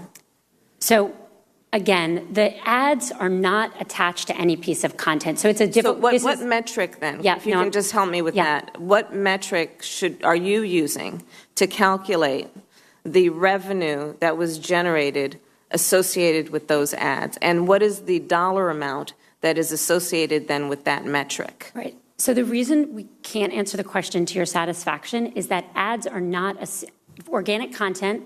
Ads don't run with inorganic content on our service. So there is actually no way to firmly ascertain how much ads are attached to how much organic content. It's not how it works. In trying to answer what percentage of the organic what percentage content, of the content on Facebook is inorganic? I don't have that specific answer, but we can come back to you with that. Would you say it's the majority or No. an insignificant amount? What percentage? You must know. If you ask what are inauthentic accounts on Facebook, we believe at any point in time it's 3 to 4% of accounts, but that's not the same answer as inorganic content because some accounts generate more content than others. I agree. So what percentage of your content is inorganic? Again, we don't know. I can follow up with the answer to that. Okay, please, that'd be great. And then your company's business model is obviously, it's complex, but benefits from increased user engagement, and that results, of course, in an increased revenue. So simply put, the more people that use your platform, the more they are exposed to third-party ads, the more revenue you generate. Would you agree with that? Can you repeat? I just want to make sure I got it exactly right. So the more user engagement will result, and the more then that they are exposed to third-party ads, the more that will increase your revenue. So the more users that are on your platform. Yes, but only I think when they see really authentic content, because I think in the short run and over the long run, it doesn't benefit us to have anything inauthentic on our platform. That makes sense. In fact, in the first quarter of 2018, the number of daily active users on Facebook rose 13%, I'm told, and corresponding ad revenue grew by half to $11.79 billion. Does that sound correct to you? Sounds correct. And then would you agree that I think it's an obvious point, that the more people that engage on the platform, the more potential there is for revenue generation for Facebook? Yes, Senator, but again, only when the content is authentic. I appreciate that point. And so a concern that many have is how you can reconcile an incentive to create and increase your user engagement when the content that generates a lot of engagement. So, for example, Lisa Marie Nordet, a researcher at Oxford Internet Institute, she says, quote, the content that is the most misleading or conspiratorial, that's what's generating the most discussion and the most engagement. And that's what the algorithm is designed to respond to. So my concern is that according to Facebook's community standards, you do not allow hate speech on Facebook. However, contrary to what we have seen, on June 28, 2017, ProPublica report found that Facebook's training materials instructed reviewers to delete hate speech targeting white men, but not against black children, because black children are not a protected class. Do you know anything about that, and can you talk to me about that? I do, and what that was, I think, a bad policy that's been changed, but it wasn't saying that black children, it was saying that different groups weren't looked at the same way, and we've fixed it. But isn't that the concern with hate, period, that not everyone is looked at the same way? Well, hate speech is against our policies, and we take strong measures to take it down. We also publish publicly what our hate speech standards are.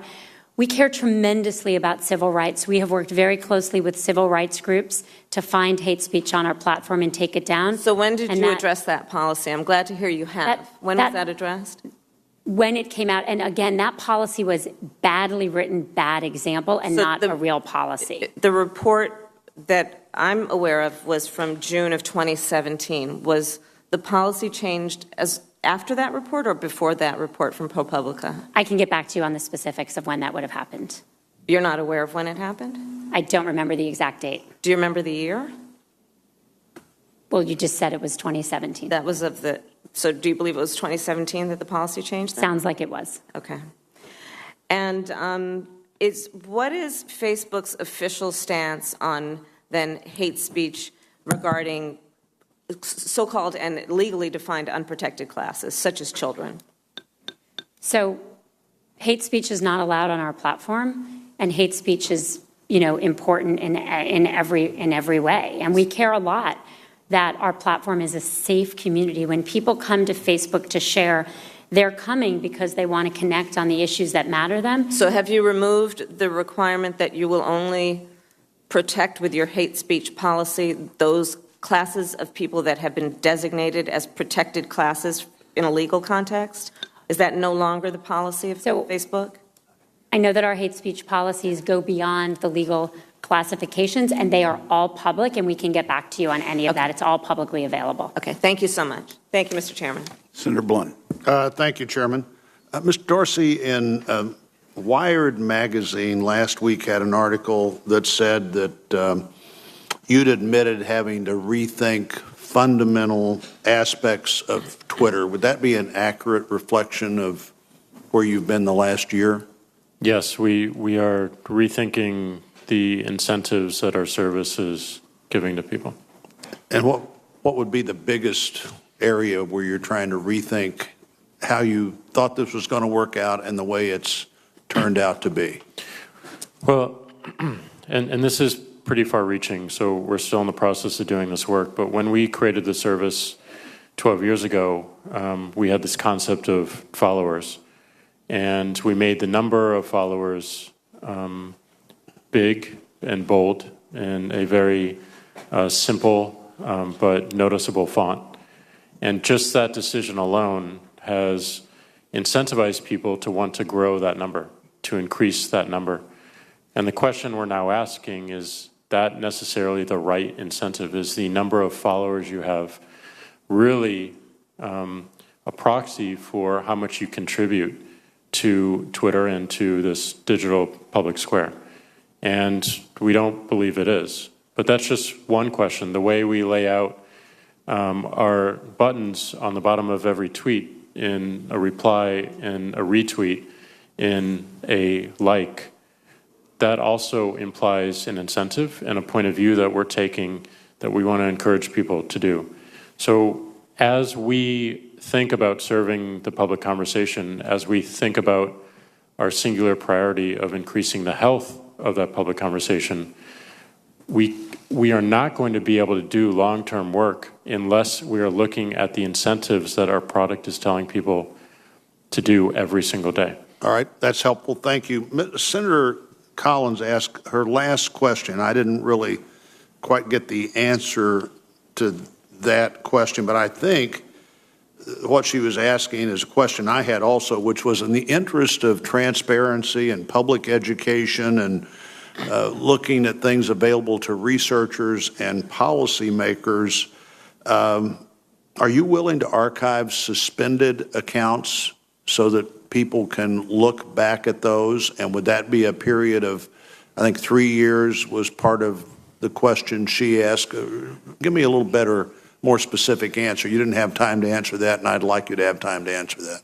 We are looking at things like a transparency report. We put out a transparency report around terrorism, but we're looking at expanding that transparency report around suspensions of any account.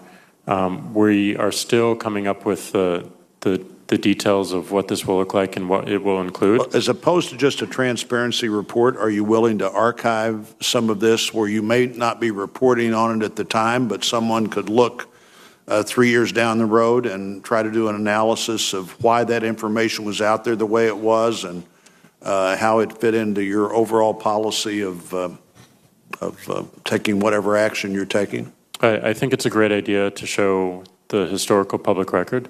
I just need to understand what the legal implications are, and we can get back to you on that. Now, I may come back with a question if I have time on legal implications generally. I think for both of your companies who have been pretty forward-leaning in the last couple of months, as this conversation has moved pretty dramatically, the business implications, the liability implications of what we're asking you to do are pretty great. But let me see if I can get a couple of Facebook questions in first. Ms. Sandberg, does Facebook differentiate between foreign and domestic influence operations when deciding whether to take down a page or remove an account from the platform?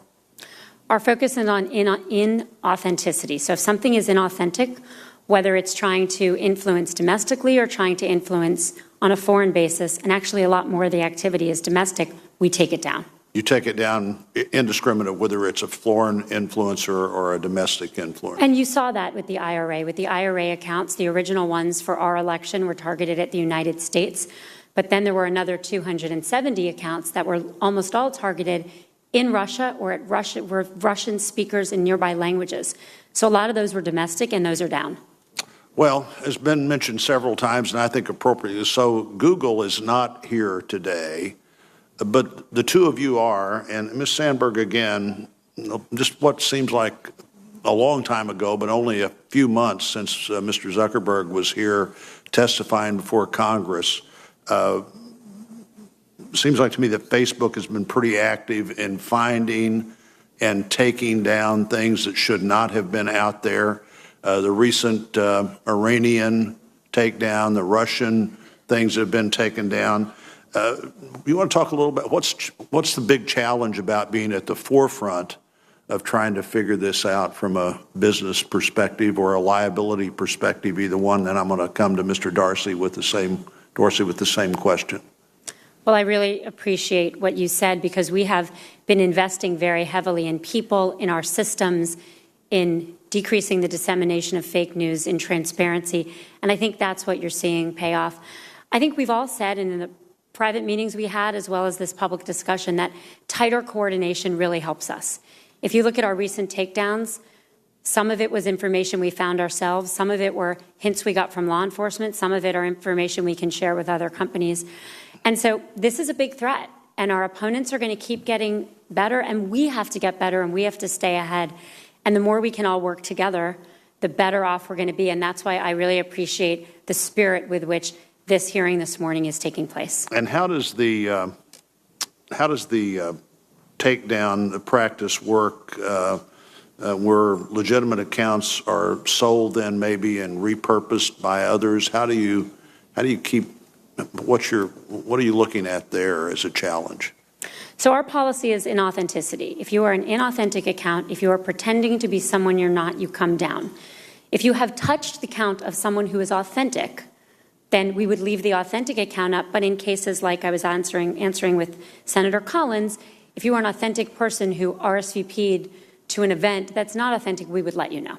Okay, thank you for that. Okay, Mr. Darcy, back to that other question. From a business and legal liability standpoint, what's the downside of being out there where you are now trying to every day implement policies that nobody's ever implemented before?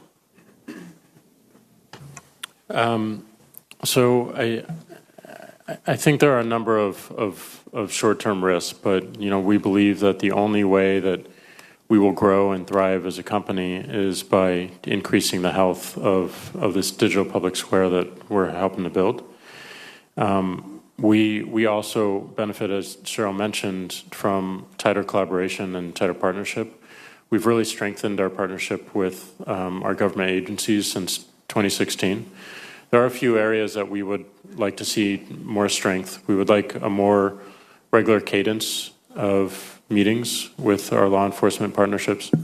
We would love to understand the secular trends that they are aware of and seeing in our peer companies or other mediums, or more broadly, that would inform us about how to act much faster.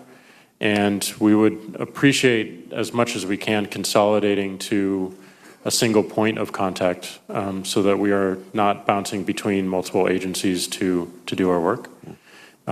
So that is what we found in attempting to do a lot of this new policy and work in terms of partnership, but ultimately it comes back to we need to build our technologies to recognize new patterns of behavior and new patterns of attack and understand what they actually mean, and then ideally get some help from our law enforcement partners to understand the intent and to understand the motivations behind it. Thank you, Mr. Dorsey. I'm sure my time is up. Thank you, Chairman.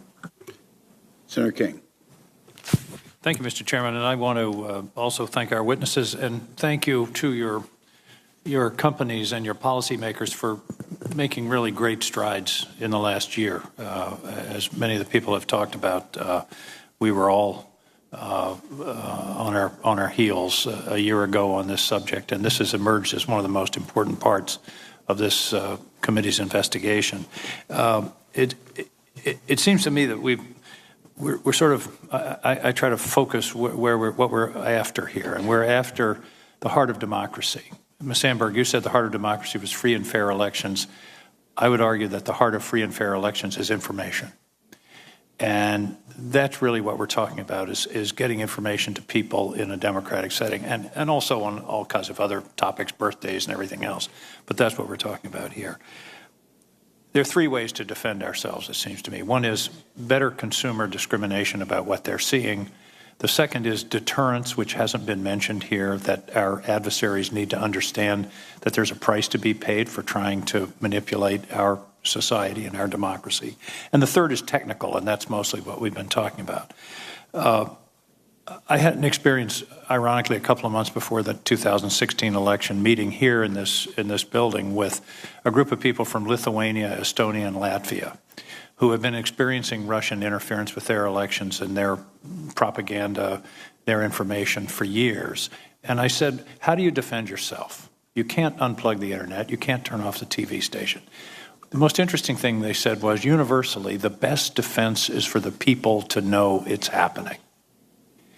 And I would like from each of you some thoughts and hopefully a commitment to educating your users about the potential for abuse of the very medium that they're putting their trust in. Ms. Sandberg. We really agree with you, and we've done this broadly, and we're going to continue to do more. So we've worked on media literacy programs. We've worked on programs and public service announcements around the world that help people discern this is real news, this is not, and help people be educated. I think one of the most important things we're doing is that once a piece of content has been rated as false by our third-party fact checkers, if you're about to share it, we warn you right there, hey, this has been rated as false. And so you are educated as you are about to take that critical step. And Mr. Dorsey, I hope you're doing the same to educate your users as to the potential that they can be misled on your platform. Yeah, and to be frank, we haven't done a good job at this in the past. And I think the reason why is because we haven't met our customers where they are in terms of actually when they're using the product and adding more context there. We do benefit on Twitter that we have this amazing constituency of journalists globally using our service every single day, and they often, with a high degree of velocity, call out factual information. We don't do a great job at giving them the best tools and context to do that work, and we think there's a lot of improvements we can make to amplify their content and their messaging so that people can see what is happening with that context. If that can be amplified and underlined, it can become a self-healing process whereby the response immediately responds to false or misleading information. Deterrence, I'm not going to spend a lot of time on, except to say that many of us believe that one of the great gaps in our defenses against election interference and interference in our democracy is the fact that our adversaries feel no pain if they do so, that we have to develop a doctrine of cyber deterrence, just as we have doctrines of military deterrence, and that's a gap, and that's something that we're working on both here and armed services, other places. Let me talk about the technical for a minute. How about feedback from users? And Ms. Sandberg, you testify that you have third-party fact checkers. Also, would it be useful to have more in the way of ratings and, the eBay sellers, you have rating process and number of stars and those kinds of things. Is there more you could do there to alert people as to the validity and the trustworthiness of what they're seeing? Senator, the most important determinant of what anyone sees on Facebook are decisions they make. So I choose my friends, you choose yours. I choose the news publications I follow, you choose yours. And that's why your news feed is so different from mine. And so, yes, if you don't want to follow someone, if you don't want to like a page, we encourage you to do that. We also make it very easy to unfollow on our site. So if I don't believe what you're saying anymore, I don't have to receive your. But I'm talking about alerting a viewer or a reader to something that's come across on their news feed that has been found manifestly false or misleading. A banner, a note, a star. We do that through related articles. We note that this has been rated as false, and here's a related article which would give you other facts that you could consider. One of the things that we've been talking about here, and Senator Rubio has been a leader in discussing this, is what we call deep fake. As I'm sure you're aware, the ability to manipulate video to the point where it basically conveys a reality that isn't real. Is there a technological way that you can determine that a video has been manipulated in that way and tag it? So that people on Facebook, if they see a video, it'll be tagged, warning, this has been manipulated in a way that may be misleading. That's a question you may want to take under advisement, but it seems to me, again, this is a new area that's going to get more and more serious, I'm afraid. And again, what I'm trying to do is give the consumer the maximum amount of information. We agree with you. Deepfakes is a new area, and we know people are going to continue to find new ones. And as always, we're going to do a combination of investing in technology and investing in people so that people can see authentic information on our service. As you're thinking about these cures, I hope you'll continuously come back to the idea that what we need to do is give people more information. I must say I'm a little uncomfortable with where the line is between taking down misleading or fake information and taking down what someone else may consider legitimate information in the marketplace of ideas. Jefferson said we can tolerate error as long as truth is left free to combat it. We have to be sure that people, that we're not censoring, but at the same time we're providing our customers, our users, your users, with information that they can, the context I think is the word you use, they can have context for what it is that they're seeing. I'd hate to see your platforms become political in the sense that you're censoring one side or the other of any given debate. Mr. Dorsey? So, yeah, we absolutely agree. As we are building a digital public square, we do believe expectations follow that, and that is a default to freedom of expression and opinion. And we need to understand when that default interferes with other fundamental human rights, such as physical security or privacy, and what the adverse impact on those fundamental human rights are. And I do believe that context does matter in this case. We had a case of voter suppression around 2016 that was tweeted out, and we are happy to say that organically, the number of impressions that were calling it out as fake were 8 times that of the reach of the original tweet. That's not to say that we can rely on that, but asking the question how we make that more possible and how we do it at velocity is the right one to ask. That's the self-healing aspect. Thank you both very much. And if you have further thoughts as you're flying home about technical ways you can increase the information available to your users through tags, ratings, stars, whatever, please share them with us, and we'll look forward to working with you on this problem that is one that's important to our country. Thank you very much. Senator Langford. Thank you, Mr. Chairman. I want to follow up on a statement that Senator King was mentioning as well about deep fakes, and that's something that I've spoken to both of you about before in the past. It is a challenge for us, and I would just reiterate some of the things that he was saying publicly. When it's the possibility and now the opportunity to be able to create video that looks strikingly real, but none of it is actually real. All of it's computer generated. That is a very different day for video sharing in the days ahead. And I know as y'all have attacked issues like child pornography and other things on your platforms in the past, y'all will aggressively go after these things. We're just telling you we're counting on it because Americans typically can trust what they see, and suddenly in video they can no longer trust what they see because the opportunity to be able to create video that's entirely different than anything in reality has now actually come. So I appreciate your engagement on that. I want to talk to you a little bit to Mr. Dorsey about following up some things that Senator Blunt had mentioned as well about suspended accounts. When you suspend an account, obviously there's information that's still there. Do you archive all of that information to be able to maintain for a suspended account? This is an account that we determine is either from a foreign actor, hostile actor, or is inappropriate, not an authorized user. Is that something you hold that information so you can maintain it? I need to follow up with you on the exact details of our policies, but I believe we do, especially in regards to any law enforcement action. Terrific. For Facebook, what is the practice when you suspend an account and say this is not an authorized user, or we think this is a foreign or hostile user? If we have any suspicion that it's a foreign or hostile user, we would keep the information to be able to do further investigation. So then the question is the investigation internal for y'all, or obviously if law enforcement subpoenas that and comes to you and says, I have subpoena to come get that information, that's a whole different issue. But is that something you do in your own investigation? Because as I'm sure you've seen in the past, some users will create a fake account or some sort of hostile account. That comes down, they'll create another one, and then there's some similarities in where they go in directions and relationships.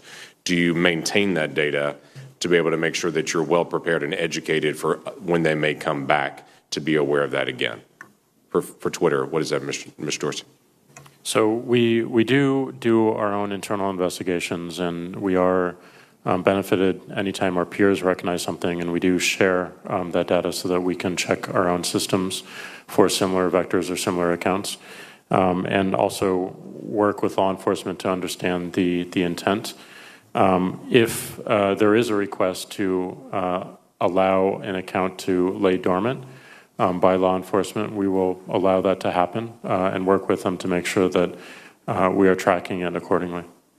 Mr. Dorsey, the main thing I'm trying to identify, though, is let's say it happened in 2017. You identified an account that you suspended and said this is a problem area or unauthorized user or whatever it may be. You take that account off.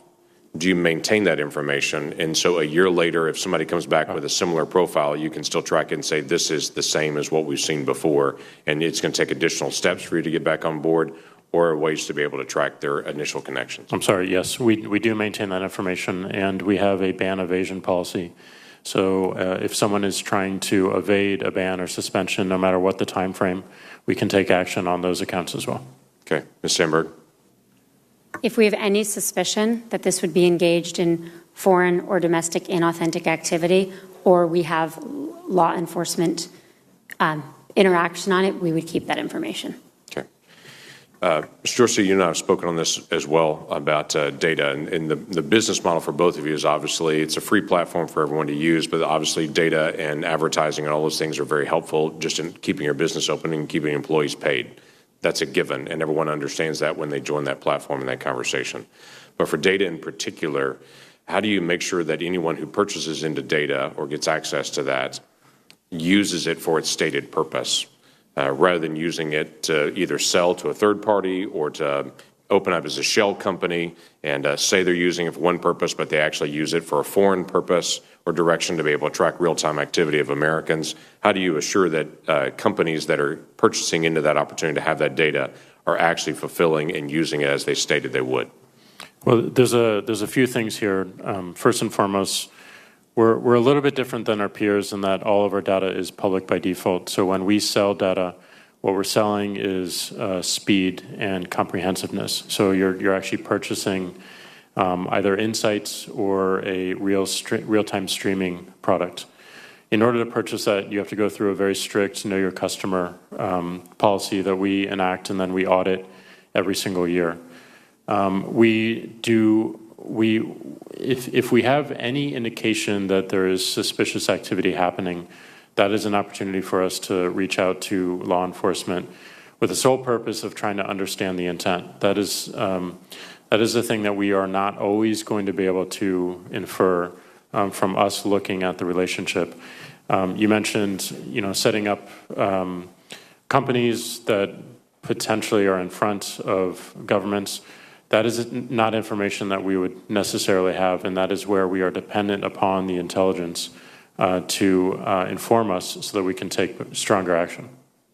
So how do you determine, or what relation, is it an initial relationship, but there's not a follow-up after that, after that rapid access as you dictate on that? After that is determined, is there any way to check in on those companies to be able to make sure they're actually fulfilling your terms of service? Absolutely, and we do it every year on a regular basis, but if we see anything suspicious at any point in time, we'll reach out directly. Okay. Ms. Sandberg, tell me a little bit about WhatsApp. WhatsApp has been a feature of Facebook for a while. How's the encryption going on that? What's the relationship now with WhatsApp, and what do you anticipate in the days ahead? We are strong believers in encryption. Encryption helps keep people safe. It secures our banking system. It secures the security of private messages. And consumers rely on it and depend on it. And so we're very committed to encryption in WhatsApp and continuing to protect the data and information of our users. So that encryption is end-to-end at this point, still on the WhatsApp platform? We'll get back to you on any technical details, but to my knowledge, it is. Okay, thank you. I yield back. Senator Manchin. Thank you, Mr. Chairman. And Ms. Sandberg, Mr. Dorsey, I want to thank both of you for being here. And I grew up in an age without computers and social media, so I'm trying to get acclimated the best I can. I have seen how they've been used by my children and grandchildren and how much it helps connect people. I see an awful lot of good. I also have concerns with the internet and social media, how it's been used against us. And I think you're hearing concerns from all of my fellow colleagues up here. It's an attempt to divide Americans, change our way of life, change our democracy as we know it, and can be very devastating. My little state of West Virginia, my beautiful little state of West Virginia with all the wonderful people, has been hit extremely hard by illicit drugs and pharmaceutical opiates. According to the recent Wired article, Aline Carey spent 3 years regularly reporting accounts illegally selling opiates on Instagram. And the practice was widespread on Facebook and Twitter as well. In many ways, the tools used by opiate dealers are similar to those adopted by other bad actors, including Russia, target the vulnerable with ads that are easily circumventing the platforms, filters and oversights, and using hashtags to gain attention of those interested. Last November, Facebook CEO Mark Zuckerberg said learning of the depths of the crisis was the biggest surprise and really saddening to see, but it still took months to take measures to correct the problem while the people are still dying. According to the U.S. Code 230, formerly known as the Communications Decency Act of 1996, online service providers shall not be held civilly liable for content that a third party posts on their platform, and they shall not be treated as a publisher or speaker of the content.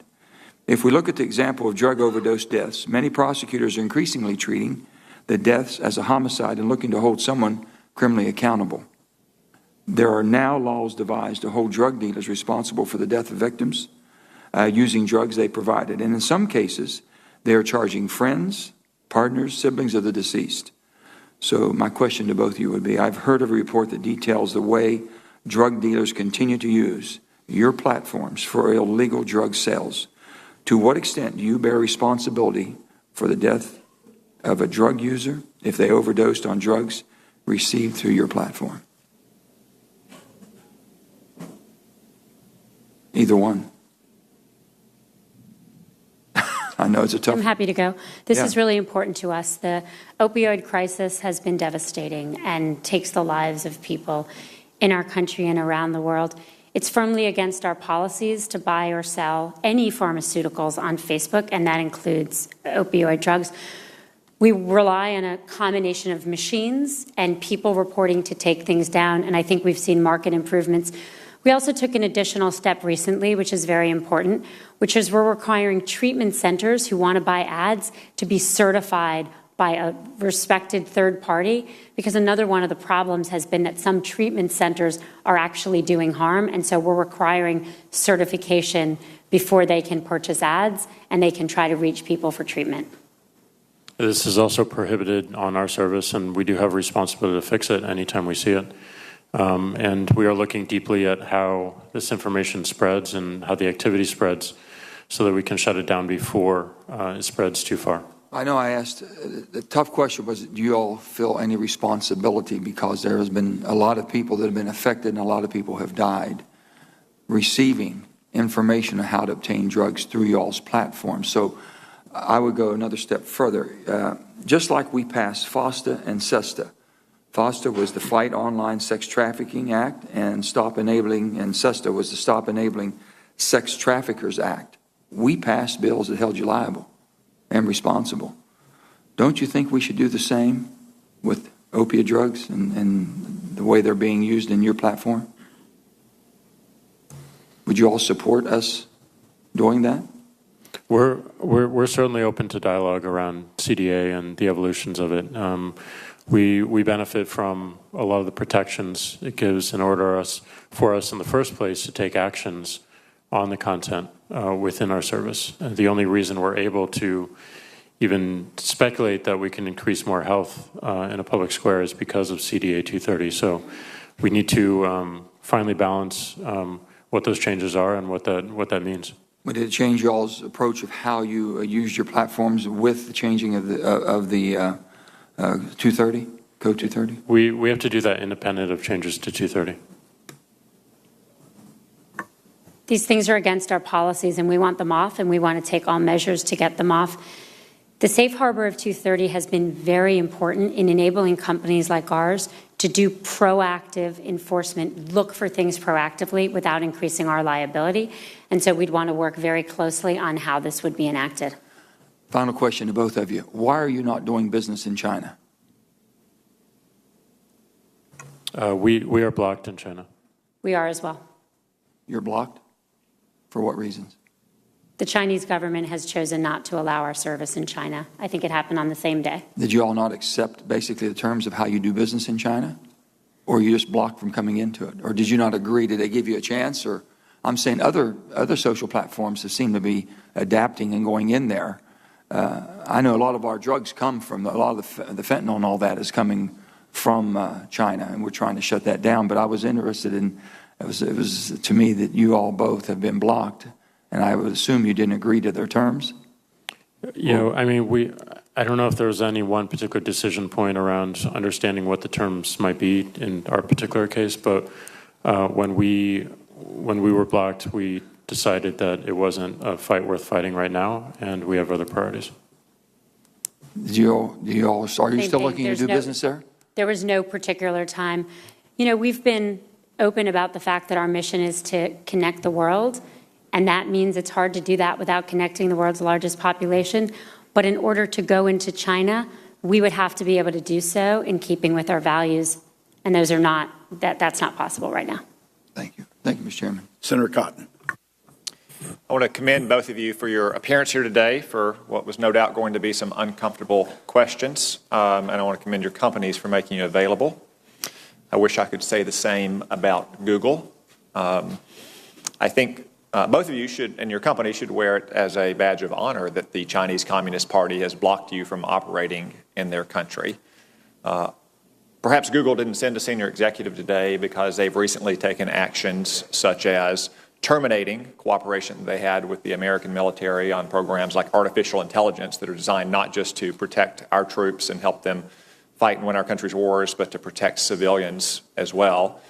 This is at the very same time that they continue to cooperate with the Chinese Communist Party on matters like artificial intelligence, or partner with Huawei and other Chinese telecom companies that are effectively arms of the Chinese Communist Party. And credible reports suggest that they are working to develop a new search engine that would satisfy the Chinese Communist Party's censorship standards after having disclaimed any intent to do so 8 years ago.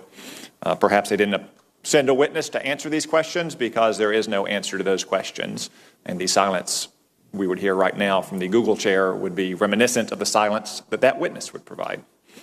So I just want to ask both of you, would your companies ever consider taking these kinds of actions that privilege a hostile foreign power over the United States and especially our men and women in uniform? Ms. Sandberg? I'm not familiar with the specifics of this at all, but based on how you're asking the question, I don't believe so. Also no. So thank you for that answer. Mr. Dorsey, let's turn to Data Miner, which is one of the services that provides basically all of Twitter's data. The last time we had an executive from Twitter before this committee in an open setting, I asked about reports that Data Miner had recently ceased its cooperation with the Central Intelligence Agency. At the same time, it continued to cooperate with Russia Today and other proxies of Russian intelligence services. I have since seen reports that Data Miner no longer cooperates with Russia Today or any other proxy of Russian intelligence services. Is that correct? That is correct. Did you make that decision personally? No, we have a long-standing term against utilizing public Twitter data for ongoing 24/7 surveillance. And that's why you decided to cease cooperation with the Russian government or proxies like Russia Today? No, that is a different matter. This is could you explain why you ceased that cooperation then, or that relationship with Russia Today and other Russian intelligence proxies? When we learned of the link of Russian Today and Sputnik, we ceased to allow them to be an advertiser on the platform. We calculated the amount of advertising they did on the platform is $1.9 million, and we donated that to civil liberties nonprofits. Would you now reconsider the decision to cease your cooperation with the Central Intelligence Agency or other American intelligence agencies? We are always open to any legal process that an agency would present us. So we don't believe it necessary. This is a global policy around surveillance in general and real-time surveillance. I will state that all this information, because Twitter is public by default, is available to everyone by just going to our service. Do you see a difference between cooperating with the United States government and the Russian government or the Chinese government? Do I see a difference? I'm not sure what you mean. Is Twitter an American company? We are an American company. Do you prefer to see America remain the world's dominant global superpower? I prefer that we continue to help everywhere we serve, and we are pushing towards that. But we need to be consistent about our terms of service and the reason why. And the reason why is we also have a right and a responsibility to protect the privacy of the people on Twitter from constant 24/7 surveillance. And we have other methods to enable any issues that an intelligence community might see to subpoena and to give us proper legal order, and we will work with them.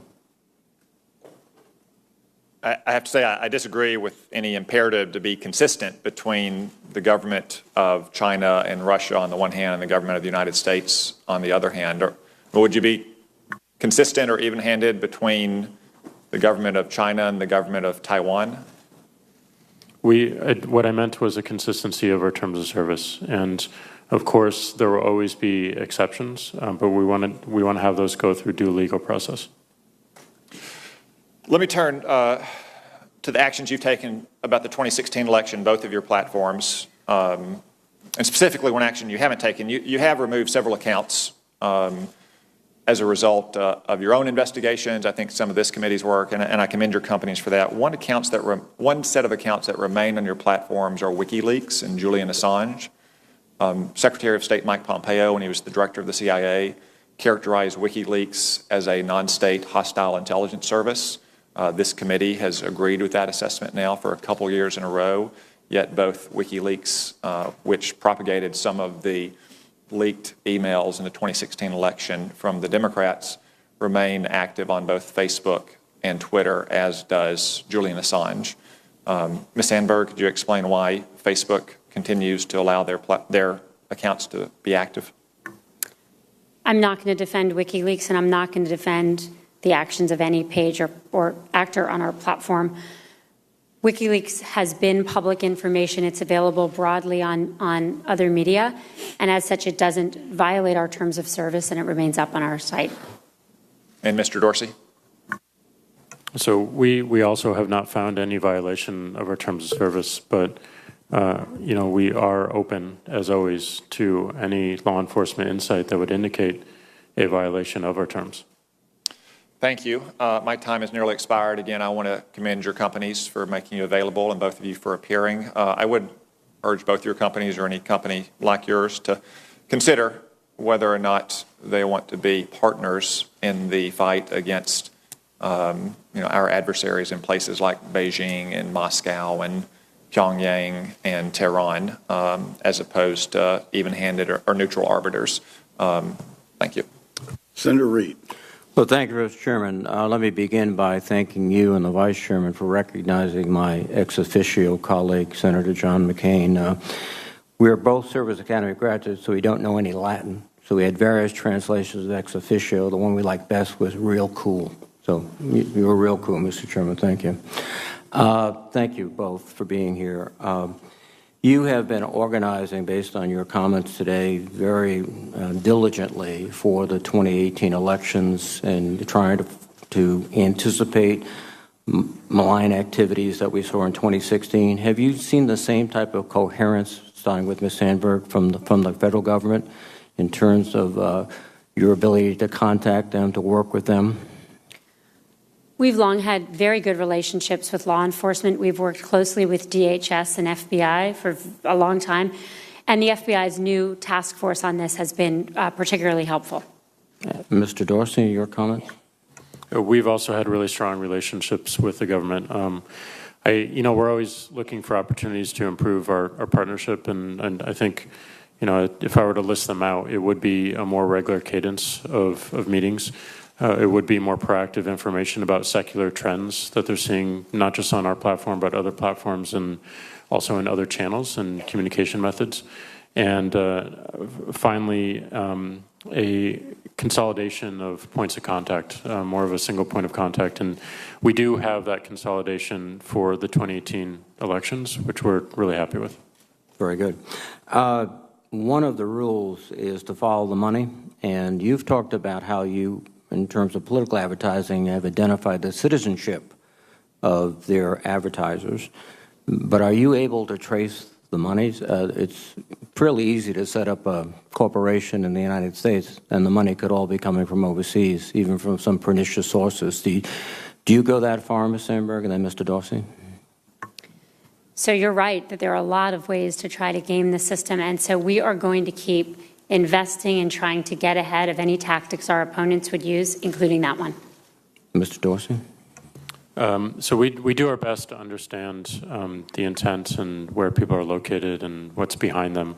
But this is where strong partnership with government comes in, because we will not always be able to infer agendas or intent or even location in some cases. In the dialogue that you've talked about with law enforcement, is this one of those topics where you're asking them for information, or they're asking you and they're trying to follow the money, or have you seen any of that, or has it been sort of one of those issues that's just too hard to think about? It's both. We have seen proactive outreach from either side. But that would be, I think, a critical issue in terms of governing the behavior of campaigns. I would hope that you would continue to work, and we would urge our colleagues in government to work with you on that regard.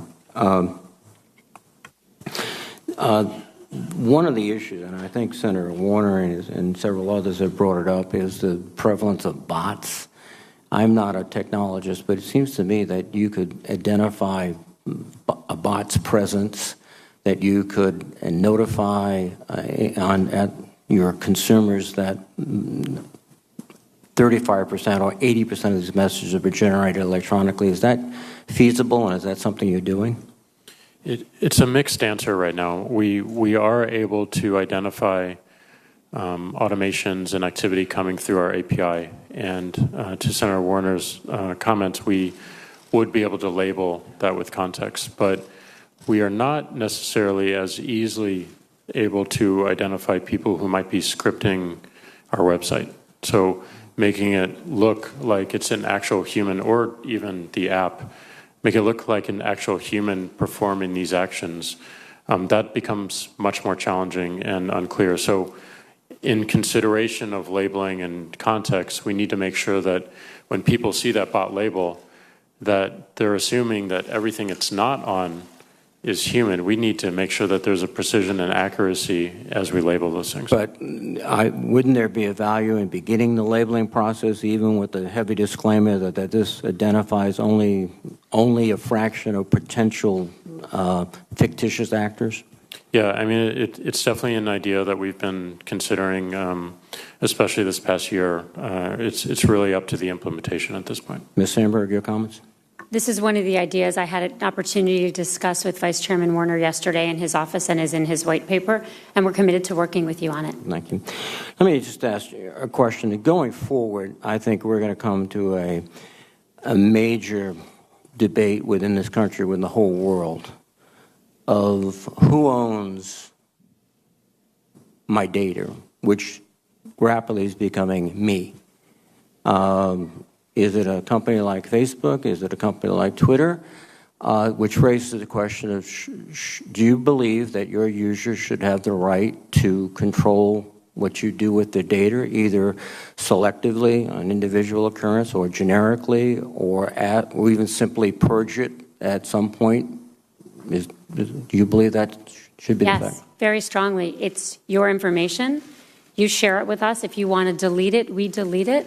And if you want to take it with you, we enable you to download it and take it with you. What about for those people, I think many people who, in the hustle and bustle of every day, that's a very cumbersome process.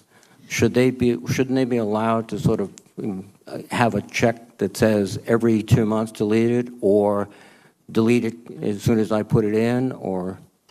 Yes, and we're working on some of those tools, and we've improved. We've made it easier to understand what information we have, how we're getting it, and how we use it, and we're going to continue to iterate here. Mr. Dorsey, the same question.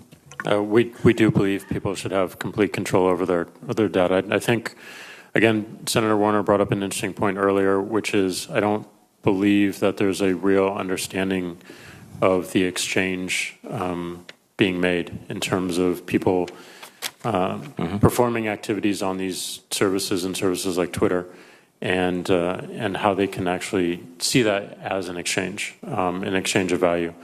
And those are things I would love to think a lot more about. How do we make that more clear? And I think that goes back to the incentives conversation. Thank you. Thank you, Mr. Chairman. Thank you, Senator Reid, and I thank all the members for their questions and our panelists for their answers. I'm going to turn to the Vice Chairman for any last comments he might have.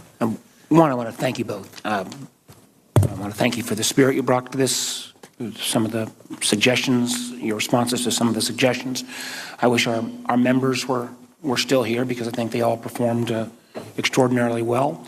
I take away from this 3 or 4 quick points. One, very much appreciate, Mr. Dorsey, your acknowledgement that we ought to move towards, and I guess Ms. Sandberg echoed this as well, some ability to indicate to users whether they're being contacted by a machine or a human being, recognizing there's technical difficulties, and also acknowledging that just because it's a bot, that does not inherently mean it's good or bad. It just must be a data point that an individual ought to have as they make determinations going forward.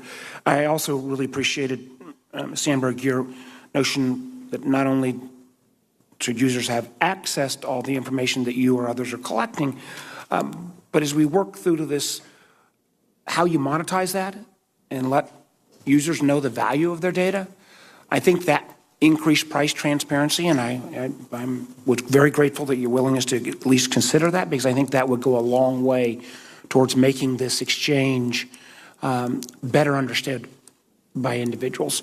I also, and I know I didn't get a chance to really get into this at length, but you and I have had this conversation in the past around data portability. I don't want to make the complete analogy as an old telecom guy, but when number portability came around, we got a lot more competition in the wireless industry and elsewhere.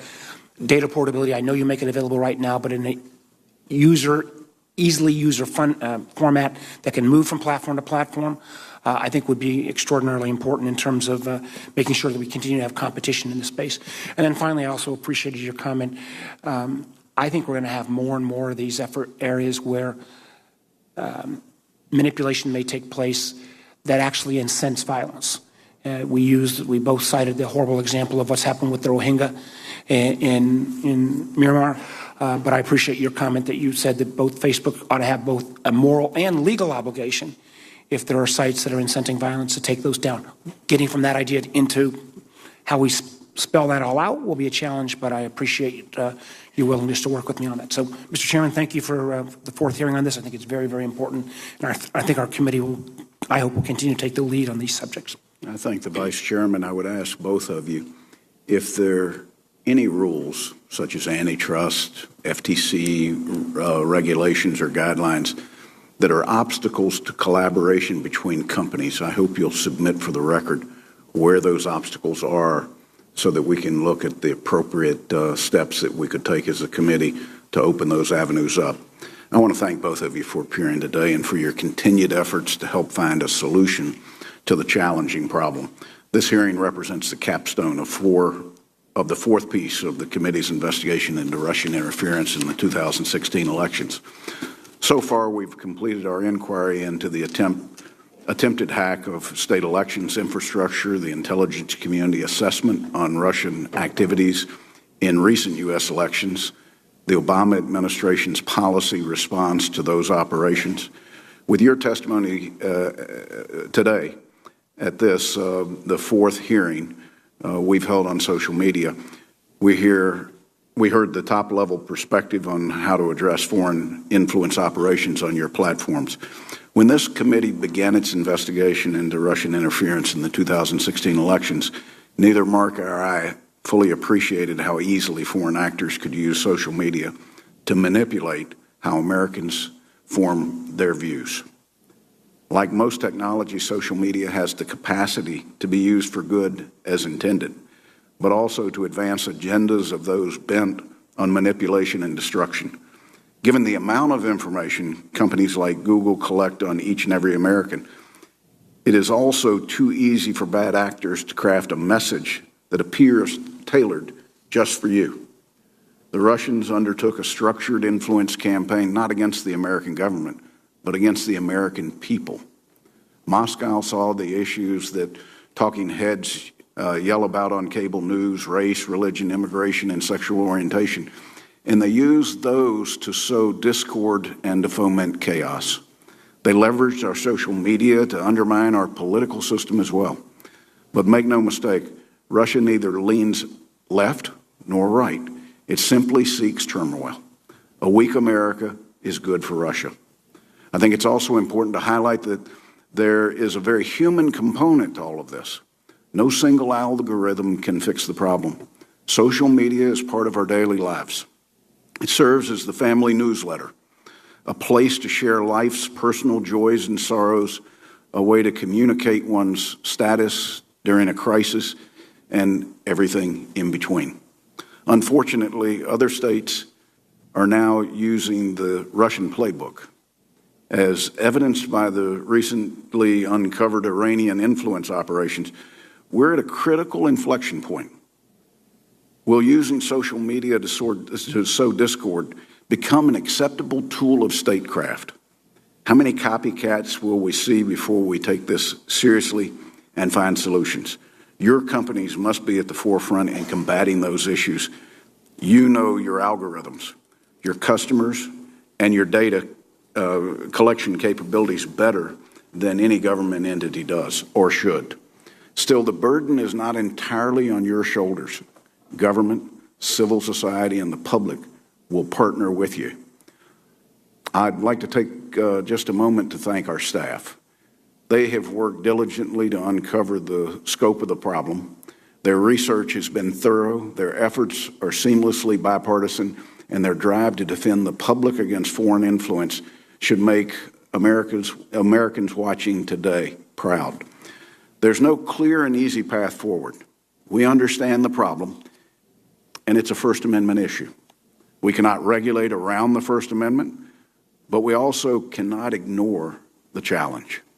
I'm confident that working together we can find a solution and a path forward that will only make us stronger, more connected, more prepared to face down those who seek to weaken our democracy. For your participation in being part of the solution, we thank you immensely today. This hearing is now adjourned.